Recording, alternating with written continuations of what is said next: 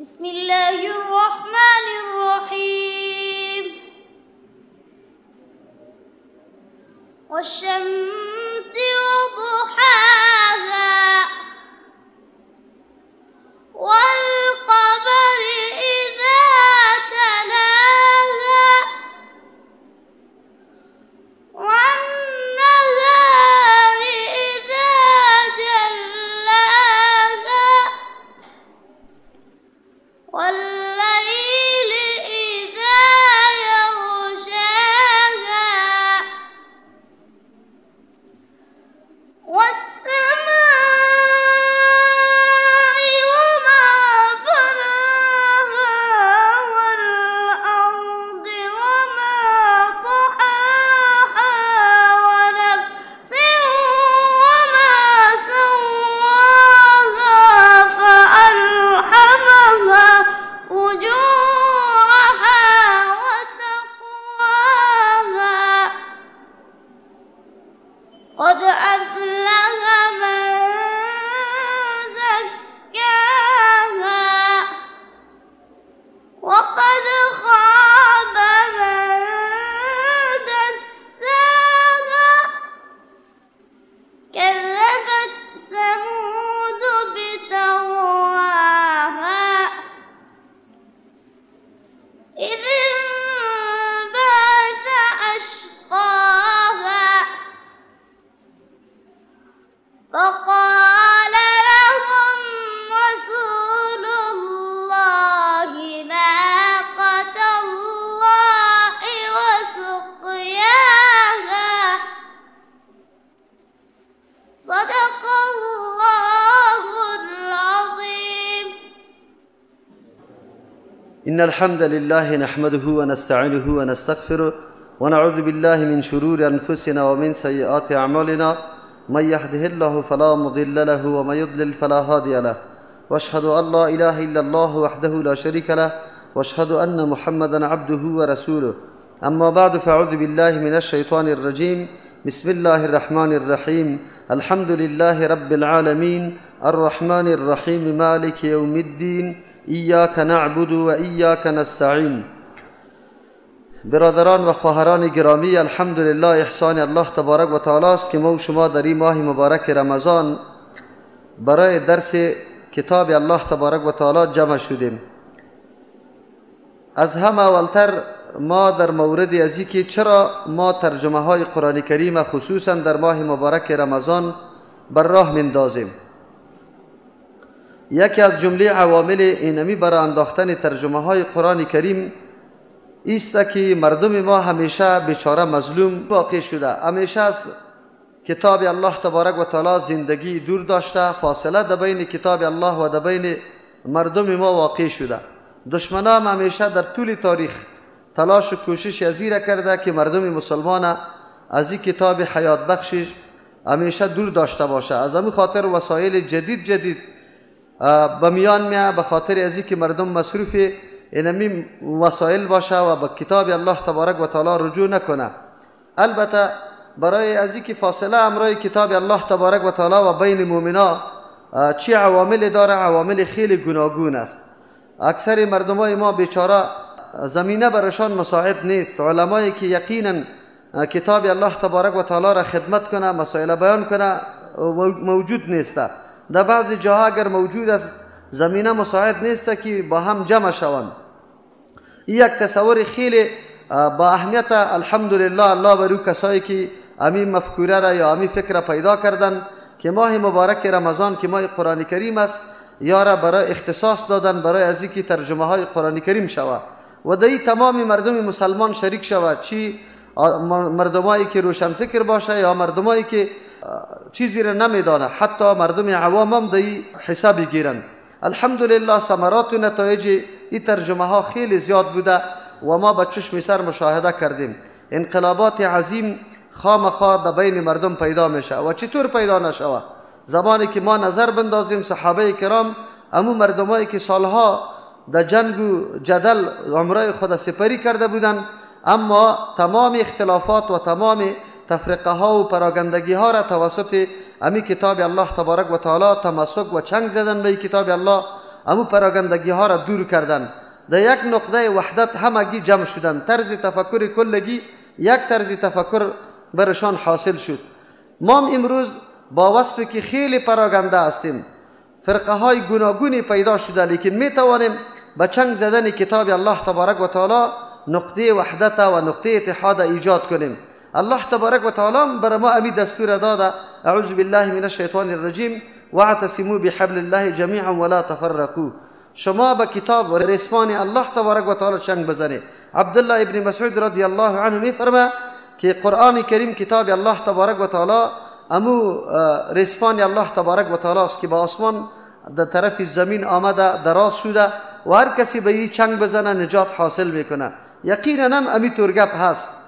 از امو خاطر خواستیم که ما رمضانای مبارک همیشه یک حصه از وقت خود با قرآن کریم سپری بکنیم، خصوصا وقتی را انتخاب میکنیم که مانع کار و روزگار مردم بیچاره ما هم نشود، بلکه یک حصه عمر خود به این کتاب الله اختصاص بده. اگرچه حق قرآن کریم ما به 3 ساعت دادن و هم تنها در ماه مبارک رمضان پوره کرده نمیتونیم و این ادعا را نداریم که حق قرآن ادا کردیم. چرا قرآن کریم حقوقی که بالای ما داره یقینا او حقوق برآوردن نمیشه. چرا که حق قرآن کریم بالای ما 5 حق داره. اول تصدیق یا ایمان آوردن بالای کتاب الله تبارک و تعالی است. فرق بین ایمان آوردن به این کتاب الله که قرآن کریم است و بالای کتاب های سابقه همیست که ایمان بالای کتاب های سابقه اجمالی بوده، یعنی ما فقط همی قدر عقیده داریم که هر کتابی را که الله در هر زمان برای هدایت بشر بالای پیغمبر امو زمان روان کرده و بالکل برنامه هدایت و قابل کفایت مردم بوده برای راهیابیشان و تمام مضامین و مطالب امو کتاب ها حق بوده. البته مضامین و مطالب دو قسم است، یکی مسائلی که تعلق به عقیده داره، تمام کتاب های آسمانی عقیده واحد داره، در او هیچ نوع اختلاف وجود نداره. یکی مسائل فقهی یا عملی است، در بخش عمل امکان داره که اختلافاتی در بین شریعت ها یا روش عمل موجود باشه، او بنابر تقاضای امو زمان امو وقت چون امو عمل تقاضا میکنه الله تبارک و تعالی و عمل به او زمان میده. اما ایمان بالای قرآن کریم ایمان تفصیلی است. ایمان تفصیلی ما به هر جز و حکمی که در قرآن کریم ذکر شده سرش عقیده داریم. اگر از یک جز قرآن کریم ما انکار بکنیم نعوذ بالله باز ما مؤمن شمردن نمیشیم. به طور مثال براتون بگویم، اباحت شکار کردن در قرآن کریم ثابت است توسط آیت قرآن. اگر یک نفر تمام عمر روزه بگیره، نماز بخونه، مراسم حج ادا کنه، زکات بده، کل احکام دیگه اسلام قبول داره و تنها از اباحت شکار منکر است، این آدم مؤمن شمرده نمیشه و مستحق جنت نیست. افسوس در اینجا است که همیشه مردم ما بیچاره حتی امو ایمان به قرآن کریم هم طرزش نمیدانه که ما چه قسم ایمان به قرآن داشته باشیم. از همین خاطر است که در مورد احکام قرآن کریم غفلت میشه، مردم ناآگاه می باشه، نمیفهمه. به طور مثال حجاب یکی از جمله فریضه های از جانب الله تبارک و تعالی است، در قرآن ذکر شده، اما بسیار مردم ما بیچاره از این موضوع آگاهی نداره. اسلام میپذیره اما از حجاب منکر است. همچنان در قرآن کریم روز جمعه نماز خواندن این از جمله فرایض الله تبارک و تعالی است، اما مسلمانای ما امروز در روزای جمعه بجای از اینکه طرف مساجد الله بره طرف جاهای میله و جاهای استراحت میرن. این خودش نمایندگی از این داره که مردم ما آگاهی کامل در این مورد نداره که قرآن مثل که نماز سر ما فرض کرده یا مثل که حج سر ما فرض کرده، زکات، اینمی قسم نماز جمعه هم سر ما فرض است که ما باید در مساجد الله حضور پیدا بکنیم و یک هفته ای را که ما سپری کردیم و تعلق ما با دنیا و مادیات پرستی پیدا شده یا از آخرت غفلت ورزیدیم، پس امور تازه بسازیم ایمان خدا و توجه ما طرف آخرت پیدا شود. از این خاطر اکثری مردم ما از اینی طور حالت خبر نداره. ایمان بالای کتاب الله تبارک و تعالی ایمان تفصیلی است. هر حکمی که در قرآن ذکر است او قابل تصدیق است که ما عقیده سرش داشته باشیم. اگر از یک حکم قرآن کریم انکار موجود شود نعوذ بالله ایمان انسان کامل نمیشه. پس یک حق قرآن کریم بالای ما است که ما به کتاب الله تبارک و تعالی ایمان داشته باشیم، باور بکنیم که کتاب منزل از جانب الله است و برای هدایت و راهنمایی ما آمده. سعادت و نیکبختی دنیا و آخرت ما وابسته به این کتاب الله تبارک و تعالی است. اگر در روشنی کتاب الله زندگی را سپری بکنیم، الله هم در دنیا بر ما سعادت و نیکبختی را نصیب میکنه و هم در آخرت.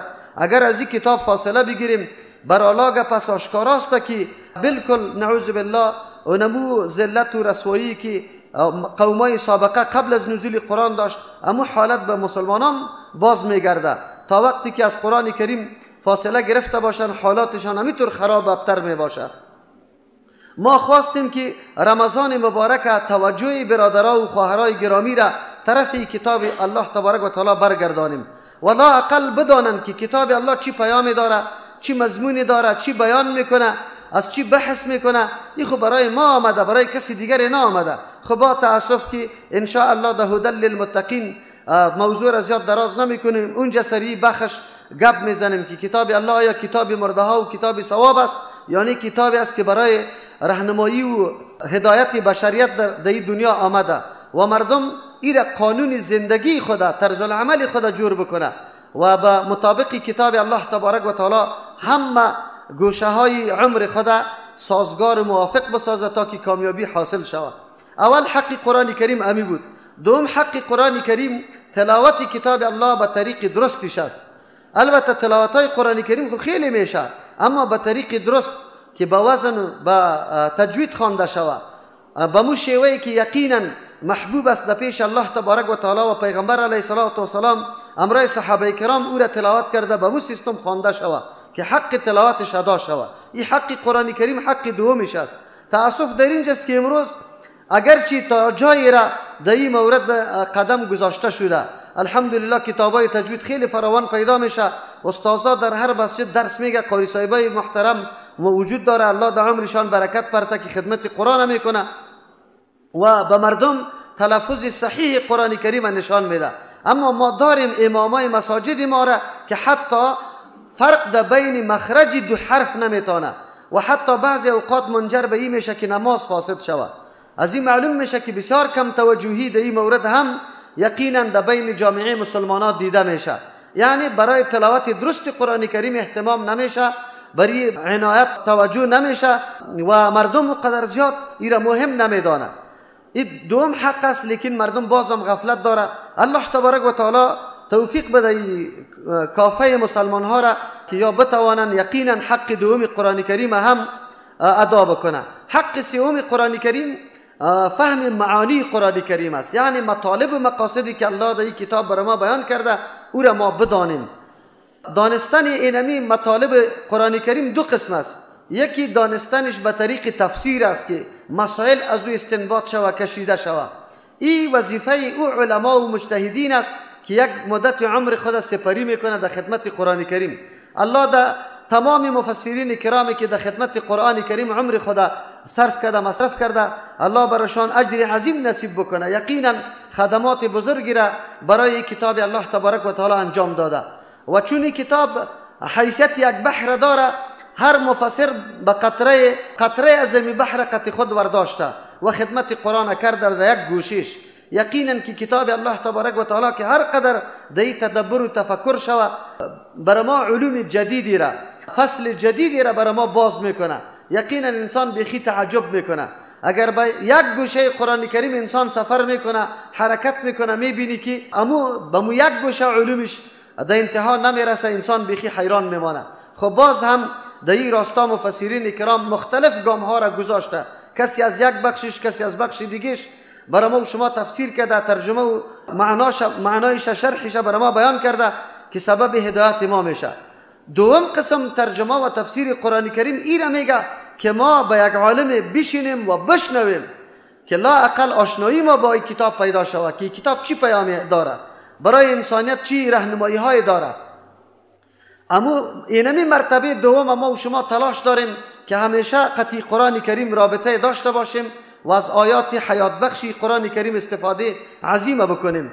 از او خاطر ما ماه مبارک رمضان و همچنان در زمستان یک دوره تفسیر داریم. اگرچه کفایت نمیکنه برای فهم مطالب و مقاصد عمومی قرآن کریم، لیکن الحمدلله بی نتیجه و بی ثمره هم نیسته. فضل الله سبحانه و تعالی است. صحت عقیده و صحت عمل مربوط فهم قرآن کریم است. بسیار برادران و خواهرای ما از این درسای قرآن کریم بهره ورداشتن، خصوصا خود ما خیلی زیاد بهره از این کتاب الله تبارک و تعالی میورداریم و تلاش داریم که از این قرآن کریم، از این کتاب الله دور نشویم. این دوم قسم ترجمه عام می باشه، برای کلگی می باشه.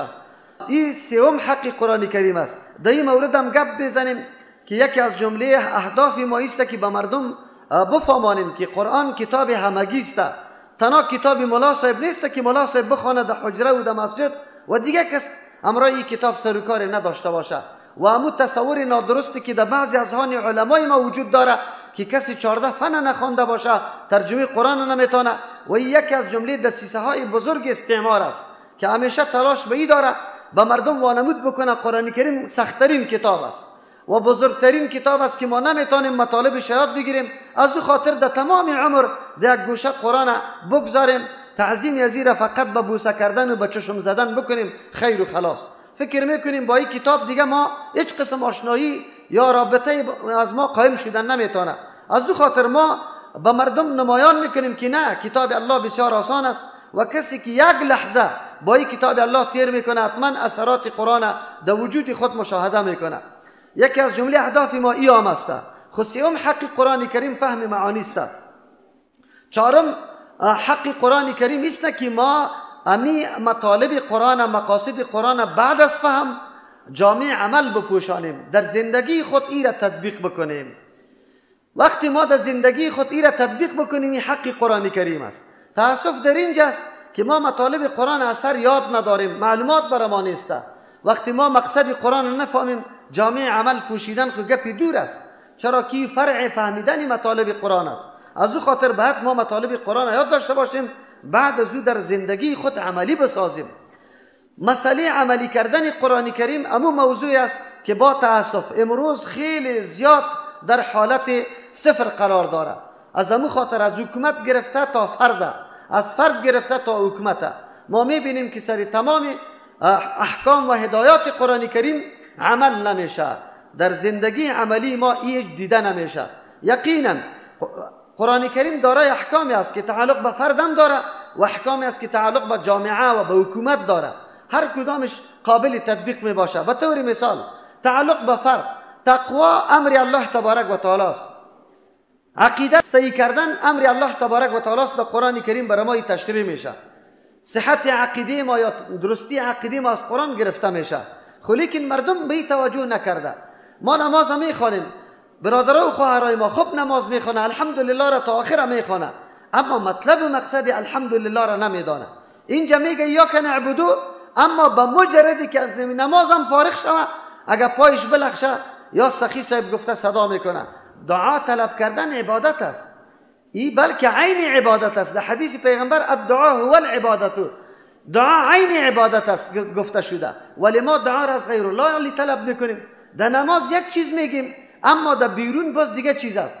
در نماز میگیم اهدنا الصراط المستقیم، الله برای ما راه درست نشان بده، اما بیرون که میریم در دکان خود خیانت میکنیم، دروغ میگیم.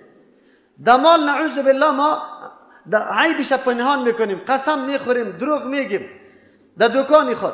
امی قسم در دفتر و دیوان خود امی حالت ما داریم. اونجا اهدنا الصراط المستقیم میگیم، اونجا طرف مجلس قمار روان هستیم، اونجا در بانک سودی مداخله و کار میکنیم، اونجا باز میریم نعوذ بالله در سینما روان هستیم. او حالا که در رکعت نماز میگفتیم اهدنا الصراط المستقیم، ما میبینیم که بخش عمل حتی در درجه صفر قرار داره، در بین امت توجه نمیشه. خصوصا در این زمان هر کس ملامتی را سر کسی دیگری میندازه. رعیت دولت حکومت ملامت میکنه، حکومت رعیت ملامت میکنه، حالا که هر کدام وظایف داره. رعیت علیده وظیفه داره، دولت علیده وظیفه داره، رعیت وظیفه را داره. عقیده خدا که فرض اولی است و در اولیت قرار داره، سرش فرض است که عقیده خدا جور بکنه مطابق عقیده قرآن، که قرآن چیزی را بیان کرده. عقیده میراثی نباشه است که از پدر به میراث گرفتیم، عقیده تقلیدی نباشه که فلان مردم اینی قسم مفکوره دارم من دارم، بلکه ما به کتاب الله میشینیم، کتاب الله که کدام عقیده را برای ما تشریح میکنه اما قسم عقیده را داشته باشیم. این فریضه ماست، این واجبه و مسئولیت ماست در برابر قرآن کریم که ما عقیده خود درست بکنیم. لیکن ملت تا این حالا با تاسف که نمی قسم از قرآن دور مانده و عقاید خود با قرآن برابر نمیکنه. شما باور به الله بکنید. ما صبح بعد از نماز اونجا ترجمه داشتیم. گروه ریش سفیدا آمده به کسی دیگری، به یک ریش سفید منطقه و تقاضا کرده، چون ترجمه ما در سوره انعام بود. در سوره انعام الحمدلله مسئله عقیده آنقدر واضح بیان میشه که هیچ دیگر راه باقی نمیمانه به کسی که بگویه نه اینی کار ما موجه است و اینمی کار ما دلیل داره. نه، اونجا صراحتا واضح بیان میشه. ریش سفیدا آمده به ریش سفیده منطقه ما، به ریش سفید میگه که مولوی صاحب بگو که در مورد زیارت ها و در مورد قبرها دیگه این چیزی را نگوین، در حالی که ما خو این آیت قرآن است مجبور هستیم که را تشریح کنیم. ما جوانب مثبت و منفی را باید توضیح بدیم. لیکن شما ببینید ریش سفیدا کمیسیون میشه، جمع میشه، میایه که ترجمه قرآن کریم یا بند شوه یا موضوعاتی که میایه او را ترمیم بکنه. این همون مطالباتی بود که مشرکین مکه برای محمد رسول الله صلی الله علیه و سلم میکرد. میگفت نه، بدی بتای ما را بیان نکن، عاجزی دیگه، هر چیزی که میگی ما قطعا بالکل هم راستیم، اما فقط همی قدر نگو که بت عاجز است یا عبادتی ما که به بت میکنیم این نادرست است. شما ببینید اینی حالات ماست. شما ببینید آیا در کدام منطقه و محله ریش سفید دیده که جمع شده باشه و گفته باشه که در محله ما یک مجلس قمار و شرابخوری وجود داره، بیایی که امیر مسدود بسازیم، قطعی آدم قطع تعلقه زندگی بکنیم که ما دیگه قطعی آدم قطعا قومیداری نداریم. تأسف در اینجاست. ببینید بسیار درد انسان میآید، بسیار آدم مایوس میشه در یک معاشره اسلام. بجای از اینکه بیا که الله تو را اجر بده، ما در خانه خود نشسته هستیم آواز قرآن میشنویم، اگر نفهمیم همین آواز قرآن برای ما کفایت میکنه که با کتاب الله در گوش ما برسه. همین گپی الله خو میشه که ما بشنویم. بجای از اینکه تشکری کنه و میگه که نه باید در لاسپیکر ترجمه قرآن کریم نشوه و این بند شوه، یا اگر میشه هم این موضوعات ترمیم شوه. شما ببینید عجیب نیست؟ او تاریخ با این تاریخ چه فرقی داره؟ امروز مردم ما را ملامت میکنه، میگه آیاتایی که در مورد مشرکین سر ما میچسبانه. ما سری کسی نمیچسبانیم، خود او آیت میچسبه. تو خدا عیار میکنی که آیت قرآن سری تو موافق و برابر شوه. چرا اینطور میکنی؟ بیا امو دستورات الله تبارک و تعالی را به قرآن الله بشی. این کتاب الله برای تو آمده، به الله قسم به این خاطر نآمده که نعوذ بالله ما توقع از کفار داشته باشیم که به قرآن بشینه و از هدایت قرآن مستفید شود. و مردمی که زبان آلمانی داره، زبان انگلیسی داره، زبانی چیست دیگه زبانا داره، فرانسوی داره، این قرآن عربی است، این مطلب قرآن چطور درک بکنه؟ کی برش برسانه؟ ما تو که مسلمان هستیم که زبان خودی ماست تا آلی را برش ننشستیم. ما از این هدایت نگرفتیم. خیر کی ما از این هدایت میگیریم؟ این قرآن برای چی است؟ حق قرآن کریم تطبیق عملی قرآن است. ما تو نکردیم، حتی عقیده خدا موافق قرآن جور نکردیم. حق دولت چیست؟ سری دولت قرآن در تطبیق عملیش چی حق داره؟ قصاص حکم قرآن است. رجم یا سنگسار کردن یا دره زدن یک آدم زناکار و شخص زناکار این حکم قرآن کریم است. کسی که مرتد میشه از دین اسلام بدون کدام دلیل دین خود ترک میکنه، این حکم قرآن کریم است. هر کدامش برای خود حکم داره. یک کسی را تهمت ناحق زدن از زنا، این حکم قرآن کریم است که حد قذف شود. کسی اگر شراب می نوشه حکم قرآن کریم است. خیر چطور شده میتونه که احکام الله تبارک و تعالی یکیشام عملی نمیشه امروز؟ از همون خاطر است ما چطور توقع داشته باشیم که الله رحمت بفرسته؟ ما چطور توقع داشته باشیم که جامعه ما جامعه خیلی سالم و راحت بخش باشه؟ چه قسم توقع داشته باشیم؟ شما ببینید که احکام الله تبارک و تعالی از فرد گرفته تا دولت و حکومت قابل تطبیق نیست. وقتی که این احکام الله در جامعه عمل پیاده نشوه، تطبیق عملی نشوه، آیا اثرات قرآن کریم که فرستادن رحمت الله تبارک و تعالی است این را ما توقع داشته باشیم؟ گاهی هم نه، بلکه نه، هیچ امکان نداره. تطبیق عملی حق چهارم قرآن کریم است. لیکن این کل مسائل برای یک هدف است. چهارم حق قرآن کریم تزکیه است، تصدیق بود، تلاوت بود، تعلیم بود. چهارم هم تطبیق عملی. پنجم حق قرآن کریم عبارت از تزکیه است. ما در عقیده اصلاح شویم، در عمل اصلاح شویم، در اخلاق اصلاح شویم. هر سه را به نام دین یاد میکنه. تندرستی یا اصلاح در عقیده، در عمل، در اخلاق، این مجموعه را به نام دین یاد میکنه. در حدیث جبرئیل امین زمانی که از پیغمبر علیه السلام جبرئیل امین میاد سوال میکنه، اول از اسلام سوال میکنه، باز از ایمان سوال میکنه، باز از احسان سوال میکنه. پیغمبر علیه السلام عمر رضی الله عنه را پس از چند مدت برش میگه که آیا در مورد سائل معلومات داری که کی بود؟ عمر رضی الله عنه میگه الله و رسوله اعلم، الله و رسولش خوب میدانه، ما خود دیگه نمیدانیم. پیغمبر علیه السلام میگه که این شخصی بود که شما را تعلیم دین میداد. یعنی مجموعه اسلام و ایمان و احسان دین است. دین وقتی تکمیل میشه که ما در این سه چیز بالکل تندرست باشیم، هیچ خلا در او موجود نباشه. از نگاه عقیده بالکل سالم باشیم، از نگاه عمل سالم باشیم، از نگاه اخلاق سالم باشیم. تندرستی و صحت عقیده و عمل و اخلاق کی میگه که کدام عقیده درست است، کدام عمل درست است و کدام اخلاق درست است؟ اگر این به عقول مردم حواله بکنیم، عقلای مردم متفاوت است، مفکوره های مردم متفاوت است. هر کس یک عمل که او خیلی نعوذ بالله زشت است، نادرست است، لیکن یک مفکوره انسانی او را خوب میگه. دزدی را بد نمیگه. دزد میگه بهترین چیز برای من دزدی است، نه محنت میکنم نه زحمت، برای 1 ساعت خواری میکنم، مصرف 5 ساله و 10 ساله خدا در دست میارم، قرار دیگه خو میکنم. او دزدی را عمل بد نمیگه، او دزدی را عمل خوب میگه. یک آدم سودخور عمل سود بسیار چیز خیلی زیبا ای را فکر میکنه، میگه من بسیار فواید زیاده از همین طریق به دست میارم. عقول مردم متفاوت است. ما با کدام ترازو عمل طول بکنیم که کدام عمل درست و کدام نادرست، و عقیده را با کدام ترازو طول بکنیم کدام عقیده درست کدام نادرست. معلوم شد که ما نیاز داریم به یک ترازوی، به یک معیار بالکل واقعی که در او کسی تغییر و تبدیل آورده نتانه و همیشه پایدار است و به همه مردم است. اونجا هیچ نوع تبعیض وجود نداره. او کدام است؟ او ترازو کتاب الله و سنت رسول الله. سنت رسول الله تشریح کتاب الله را میکنه. اصلا مطلب و مقصد کتاب الله است.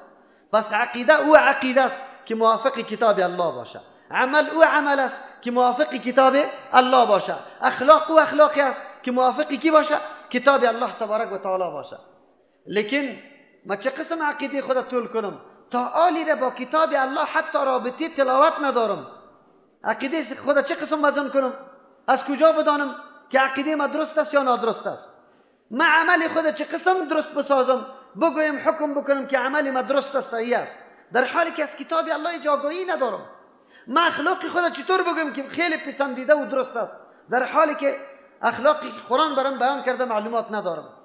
از اون خاطر است که حق قرآن کریم پنجم حق تزکیه است و اصل هدف است. تلاوت سبب و انگیزه تعلیم است، تعلیم سبب و انگیزه ذریعه برای تطبیق عملی حکم الله است، تطبیق عملی حکم الله تبارک و تعالی ذریعه و انگیزه تزکیه است. اصل هدف تزکیه است. انبیاء علیهم السلام که روان شده وظیفه‌اش قرآن برای ما بیان میکنه. در آیت 129 سوره بقره بخیر برای ما میاد که ابراهیم خلیل الله وقتی دعا میکنه که پیغمبر در بین جامعه بیا چی وظایفی داشته باشه، اونجا تلاوت، تعلیم کتاب، تعلیم حکمت و در آخر مسئله تزکیه میاد که مردم بالکل پاک شود، جامعه و معاشره پاک شود. چه رقم پاک شود؟ از نگاه عقیده پاک.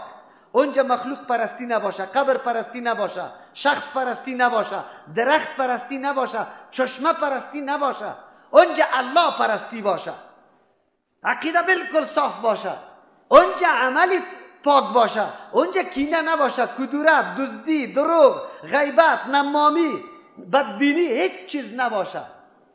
اینطور معاشره به وجود بیا. الله تبارک و تعالی خواسته در دنیا از انسانا همین قسم یک مجموعه باید در سر زمین الله تبارک و تعالی زندگی و حکومت بکنه.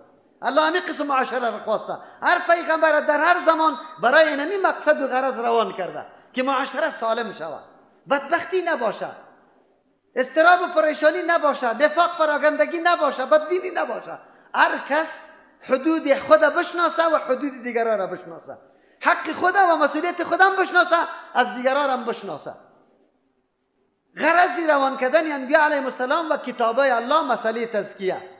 پس برای ما و شما واضح میشه که کدام راهی را که ما انتخاب بکنیم که واقعا در معاشره انقلاب بیاید، معاشره تندرست شود، با جز از کتاب الله قطعا راه دیگری نداره.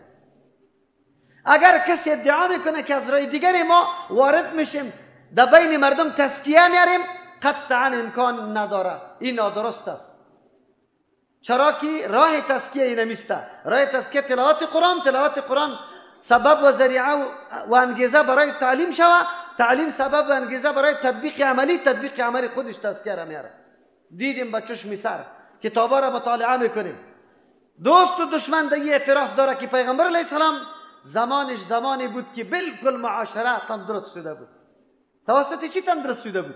پیغمبر صلی الله علیه و سلم یک آدم ناخوان است، نه نوشته میتونه نه خوانده میتونه، اما کتاب الله تبارک و تعالی برش آمده به مردم تعلیم میده، به مردم بیان میکنه، مردم فهمیدن، درک کردن. الله اکبر. شما تاریخ زمان جاهلیت هم ببینید و بعد از او کدام انقلاب و تغییراتی که توسط دین اسلام در جامعه آمده او را مطالعه بکنید، بسیار عجیب است، بسیار عجیب است. آیا امی کتاب الله تغییر در ما ورده نمیتونه؟ اگر ما باز بگردیم به کتاب الله، یقینا از خود شروع کنیم که ما موافق کتاب الله عقیده خود درست میکنم، عمل خود درست میکنم، اخلاق خود درست میکنم، هر کدام ما اینمی احساس یا شعور پیدا بکنیم که ما عقیده و عمل خود، اخلاق خود با قرآن موافق و برابر میسازیم. شما بگویید که در معاشره کدام بدبختی باز پیدا میشه؟ کلا، قطعا نمیشه. اما امروز ملت ما سرگردان است، پریشان است، حالات خیلی خراب است. هر فردی را که تو سوال میکنی نخواد که حتی از پدر و مادر خود گله نداشته باشه، پدر و مادر از اولاد خود گله نداشته باشه، همسایه از همسایه گله نداشته باشه. شکایت شکایت شکایت، کل شکایت است. چرا؟ شکایت چرا است؟ ما حدودی خود نشناختیم که ما در کدام حد تصرف داریم. الله برای ما اجازه داده. چی مسئولیت داریم؟ در مورد خود ما، در مورد الله، در مورد برادر مسلمان، در مورد کسی که قطع زندگی داریم، پدر، مادر، اولاد، همسایه، کل افراد مسلمان. قرآن برای ما مشخص کرده طرز زندگی را. اگر ما یقینا بدانیم یک مشکل ایجاد نمیشه. الله اکبر. دو نفر در پیش پیغمبر علیه السلام میآمد، هر کدامش دلیل میگفت که ورق از ماست. پیغمبر به یک کلمه برش میگفت، یک کلمه را برش میگفت، گفت بدانی اگر شده میتونه یکیتان در دلیلگویی در زبان خیلی چالاک باشه و من مطابق چالاکی از او، دلیل از او، فیصله ای ورق بر از او بکنم، خب بدانی که مثل که آتش جهنم برش جدا کرده باشم. دستی دیگه صحابه میگفت میفهمید که راستی من در این ورق قصه دارم یا نه؟ دستی میگفت نه ورق از فلانیست، من دیگه در این حصه ندارم. ولی ضرورت به قاضی است، به عریضه است، به جلب و به این گپا هست، ضرورت به بندیخانه و توقفگاه و این گپا هست. این دفتر بازی ها هست که امروز تباه شده مردم. ببینیم همه بدبختی ها از این پیدا میشه که ما متوجه دین خود نیستیم، دین خود به مفهوم واقعی درک نکردیم که دین برای ما چی درسی داره. بله، به که حق قرآن ادا کنیم، تزکیه خود حاصل کنیم، عمل، عقیده و اخلاق خود موافق قرآن بگردانیم. آیا به می کفایت شود خلاص میشن؟ نه. در جامعه مسلمان ها آخری وظیفه یک مسلمان چیست؟ دعوت برای دیگر است. کنتم خیر امت اخرجت للناس.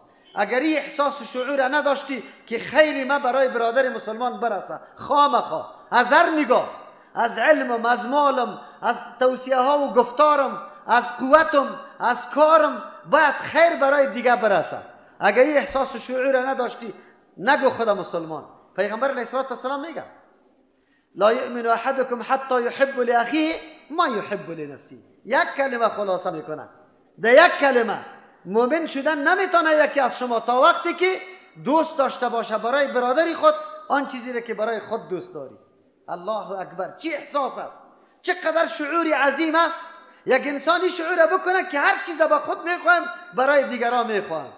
ما نمیخوایم کسی مرا بد بگوید، خیر بدی کسی را نگویم. من نمیخوایم کسی مرا غیبت کنه، غیبت دیگر نکنم. من نمیخوایم که کسی مرا دروغ بگوید، برای کسی دیگر دروغ نگویم. من نمیخوایم که کسی قطمه حسد و کینه داشته باشه، به کسی دیگر نداشته باشه. من نمیخوایم سر آبرویم کسی تعرض بکنه، نکو تعرض سر آبروی کسی. من نمیخوایم نفس مرا کسی قتل بکنه، آزار اذیت بده، سری برای کسی آزار اذیت نده. من نمیخوایم که نعوذ بالله در مورد دینم کسی چیزی بگوید، نگو برای مردم. بس یک حدیث پیغمبر مکمل زندگی اصولی دین برای ما توضیح میده. ای افسوس که کاش که ما مقصد حدیث پیغمبر میدانستیم، که میدانستیم در یک حدیث کل نظام دین خلاصه میشه. بگوی لا یؤمن احدکم حتی یحب لاخیه ما یحب لنفسه. بس امی احساس پیدا کو، مؤمن واقعی استی. خلاص مؤمن واقعی استی، همیشه امی احساس و شعور داشته باش. از امو خاطر است که حق قرآن کریم در تسکیم خلاصه نمیشه، دعوت برای دیگران میدی. تو امروز در ترجمه آمدی، مطالب خیلی بزرگه فرا گرفتی، نشستی، تغییر در تو پیدا شد، فهمیدی، درک کردی. امیر برای خصوصا به اقاربت، پدر مادرت، اولادت، برادر و خواهرت، به همسایت، به اقاربت، به همه مسلمانان باید خواسته باشی و بگویی که یقینا اگر ما فلاح و کامیابی را میخوایم دینمیسته، بیایی که ما پشتی همین کامیابی بگردیم. سیسته که امروز جامعه جهانی آمده و تلاش دارن، میگه در افغانستان ما امنیت میاریم، ما زندگی را خوب میسازیم، لیکن زندگی را کسی هم خوب کرده نمیتونه، امنیت را کسی آورده نمیتونه تا که امنیت از درون قلب جور نشود. ما که درون قلب امنیت آوردیم، فهمیدیم که قلب ما مطمئن شد، بندگی یک الله را میکنیم و به یک نظام الله ما مطیع و فرمان بردارش هستیم. بعد از او باز میشه خود به خود امنیت بیا، هیچ ضرورت به نیروهای خارجی نداریم، اینجا فضا خود به خود درست میشه. خو نیست ما به هیچ کوشش نکردیم، ما در این مورد تلاش نکردیم. ببینه همیشه عمر ما پشتی کسب و کار دنیا تیر میشه، جمع میکنیم، میرویم، میدویم، در اوجه کسی در دریا غرق میشه، کسی در کانی زغال کان سرش میفته، کسی موتر سرش چپه میشه، کلش به خاطر پیدا کردن لقمه است که جسم ما صحیح و سالم باشه، راحت باشه، کلش. آیا برای سالمیت روحی خود تلاش کردیم که روح ما چطور سالم میشه؟ این روح ما کدام غذا را داره؟ این روح ما به کدام غذا ضرورت داره؟ زندگی چی را میگه؟ زندگی تنهایی نمیسته که خانه داشته باشیم، موتر داشته باشیم، وسایل. نه، زندگی نام از این نیست. زمان هیچ چیز نداشته باش، خب قلبت مطمئن باشه، قلبت آرام گرفته باشه. یقینا بسا مردمای هستن که در زیر خیمه زندگی میکنه، اما زندگیشان از پاچایی کرده خیلی مطمئن است. این زندگی است. خوی اطمینان توسط چی حاصل میشه؟ بگویم هر قدر که ما در دنیا تلاش بکنیم، ما برای اطمینان روح خود، برای از اینکه روح ما خوشوقت باشه، هیچ چیزی را پیدا نمیتونیم بجز از اینکه عمل به دینی کی کنیم الله تبارک و تعالی. و عمل به دین الله موقوف بالای فهم قرآن است. تا که قرآن ندانی عمل به دین الله شده نمیتونه. اونجاست که یقینا روح خوشوقت میشه. از امو خاطر یک لحظه که ما در درس قرآن میشینیم، روح ما بسیار تازه است. چرا تازه است؟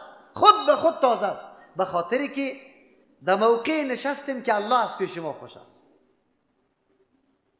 الله این مجلس خوش میکنه. یک قوم از قومات در حدیث پیغمبر چی میگه؟ مجتمع قوم فی بیت من بیوت الله یتلون کتاب الله. یک قوم جمع نمیشه در یک خانه از خانه هایی که در اونجا عبادت الله میشه، که وقت تلاوت کتاب الله را میکنه. در اونجا محض تلاوت گفته و یتدارسونه، بعد از او گفته که در بین خود مدارسه میکنه، یکی به دیگه مطالب قرآن که یاد کرده، یکی به دیگه تعلیم میده، یکی به دیگه بیان میکنه. الله تبارک و تعالی سه نعمت سرش روان میکنه. اطمینان و سکون قلب برش حاصل میشه، رحمت الله یاره فرا میگیره، ملائک یاره میپیچانه. بلکه چهارم نعمت، الله به نزد ملائک هم یادآوری اینمی مردم ها را میکنه. در پیش در دربار خود برای ملائک افتخاری بنده خود بیان میکنه. چقدر سعادت بخت، چقدر نیکبخت و سعادت بخش است درس قرآن کریم که بر الله تبارک و تعالی آن چیزی که مورد ضرورت انسان است کلش الله برآورده میسازه. چطور ما این مجلس خوش نداشته باشیم؟ بله، حق قرآن کریم اینمی ششم حقش است که ما دعوت به سوی قرآن بدیم. دعوت به سوی قرآن کریم، یک کسی علم داره به قرآن ترجمه را شروع کنه، این دعوت به قرآن است. یک کسی تلاوت درستش داره به مردم تعلیم میده، دعوت به سوی قرآن کریم است. یک کسی حکم قرآن یاد گرفته، امروز در ترجمه قرآن نشسته، مسئله را یاد گرفته، نفر میبینه در سری سرک تیر میشه. به طور مثال براتان بگم، دمی سرکی که از طرف قلعه فتح الله و چارقلا میره، در مابین سرک یا در لب سرک یک جارت است، تیکه ها سرش انداخته شده. اونجا نفر میبینی که قدر عاجزی میکنه، سری خود در سری قبر مانده رو ایسته. تو میری دعوت میدی که بیا درکم، این کار در دین نیست، این نارواست. این کی است؟ این چقدر تصرف داره؟ ولی است؟ بله هم ولی باشه، بالکل ولی. ولی چی معنا داره؟ این به خاطر ولی است که به الله خود نزدیک کرده توسط عمل. این خود خوب بندی الله جور کرده، تو خود خوب بندی الله جور کن. از تو می مطالبه شده، الله از تو مطالبه کرده. یان دعوت به سوی چیست؟ قرآن کریم است. حق قرآن باز ادا میکنیم، در غیر از او باز حق قرآن تکمیل نمیشه. قرآن سر ما همین حق داره. این 5 حق قرآن کریم است. خب ضرورت برای ترجمه چیست؟ چرا ما ترجمه را در راه میندازیم و برادرها و خواهرها را دعوت میدیم که یک چیزی از لحظه عمر خود در اینجا مصرف بکنه؟ چی ضرورت داریم؟ ضرورت بر ما هست؟ نیاز داریم به ترجمه قرآن کریم؟ بله. پیغمبر علیه السلام آمده برای هدایت بشریت و پیغمبریش عام است، کل انسانیت تا روز قیامت پیغمبر است. بعد احکام الله را برسانه، به کل مخلوق برسانه. یک پیغمبر بود وفات کرد، اما احکام الله را کی برسانه؟ مؤمن است. همین کسی که گرویدی همین دین شده، همین نظام شده، یا مسئولیت داره که پیام الله را که از زبان پیغمبر تشریح شده این را به کل جهانیا برسانه، بیان کنه. اگر ما بگوییم که نه بچه ما تلاوت قرآن یاد داره، قرار در خانه خود میشینم، نه، باز خود قرآن مطلب و مقصدش به مردم نرسید. ما هم وظیفه و رسالتی که در مورد قرآن داشتیم او را ادا نکردیم. از او خاطر ما ضرورت داریم که قرآن ترجمه بکنیم. چرا ضرورت به ترجمه قرآن داریم؟ سوره فرقان هم میکشیم آیت 30 را و این را کمی ترجمه میکنیم به خاطر که بدانیم که در روز قیامت پیغمبر علیه السلام از کجا شکایت داره و پیغمبرش که سرش می نازیم در پاره 19 نمبر سورت 25 است. سورت 25 است، آیت 30. الله تبارک و تعالی در این آیت ها حالات ناگوار قیامت برای ما بیان میکنه و تمثیل میکنه. قیامت چی تو روزی است و چه قسم میاد، کدام مردم کامیاب است و کدام ناکام است، الله بیان میکنه. کلی موضوع را بیان نمیکنیم، از آیت 25 شروع میکنیم. و یوم تشقق السماء بالغمام، روزی که بشکافه آسمان بالغمام، به واسطه ابرها، یعنی به مثل ابرها وار ملائکه پایین میشه. و نزل الملائکه تنزیلا، ملائکه که در آسمان ها سمک کمل پایین طرف زمین میاد. روز قیامت است، آسمان در حالت خود باقی نمیماند، زمین هم در حالت خود باقی نمیماند. الله میفرماید الملک یومئذ الحق للرحمن، تمام اختیارات و پادشاهی در این روز فقط و فقط برای الله است. کسی هم نیست که بگوید ما اینی تصرف و اینی بگوید تغییر آورده میتونم، اینی ملکیت دارم. کسی نیست، یک پادشاه نیست، یک مملکت نیست، یک انسان نیست که بگوید که ما انگشت خود بالا کرده میتونم. نه نه نه نه، زمان فرا رسیده، ساعت فرا رسیده که همه چیزا فلج شده. اختیارات مجازی که الله برای مخلوق خود داده بود این را پس گرفته. در اونجا کل اختیارات برای الله تبارک و تعالی است. خود چی حال است؟ و کان یوما علی الکافرین عسیرا، این روز خیلی سخت است بالای کفار. و کسی که در دنیا عیاشی کرد و کسی که در دنیا سرپیچی کرد از دعوت حق و پیام الله را نپذیرفت، امی کتاب الله تبارک و تعالی که بیانات برش میکرد، بر از او ریشخندی معلوم میشد. نعوذ بالله. میگفت زندگی دنیا اصلی مطلب است، اصلی مقصد است. او روز خیلی سختترین روز است. چرا؟ آلی خو میدانه که حالت اینمی طور در پیش رو میاد و چی کرده در عمر خود؟ هیچ چیزی نکرده بجز از دشمنی نظام الله تبارک و تعالی. الله می فرماید و یوم یعض الظالم علی یدیه، در روزی که چک می لگانه، دندان میگیره از ظالم علی یدیه. اینجا مطلق ظالم گفته، بزرگترین ظالم مشرک است. چرا که حق الله را پورا نکرده، حق الله را ادا نکرده. و هر کسی که حق تلف کرده یک شهر در جای مناسبش نگذاشته او را ظالم میگه. امی ظالم انگشت خود دندان میگیره. چی افسوس میکنه که دندان میگیره؟ انسان وقتی که در یک موقع میرسه و سخت در حالت اضطراب و پریشانی واقع میشه و آمو چیزی را که یقینا برای آسان بود که دمی روز به دردش میخورد امور از دست داده باشه، اونو وقت آدم دندان میگیره. اینی طور میگه که وای این کار شما در کدام صحنه دیده؟ شاگرد وقتی که در پانتون امتحان میده که وقتی پارچه را ببینه که سوال آمده، اینمی طور میکنه که وای چی طور خوب کتاب گرفتم در دست خود و امور را ندیدم همی سفره. اونجا اینی طور افسوس میکنه. قرآن کریم حالات قیامت بر ما اینمی قسم بیان میکنه تمثیل. ظالم سری انگشت خود دندان میگیره، چی میگه؟ چی افسوس داره؟ چی ارمان داره؟ کدام ارمان؟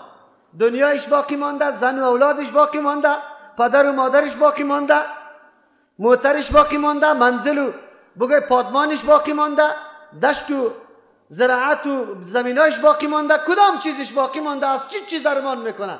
خب گوشیتان آواز کنی. قرآن برای ما میگه یقول یا لیتنی، ای کاشکی اتخذت مع الرسول سبیلا.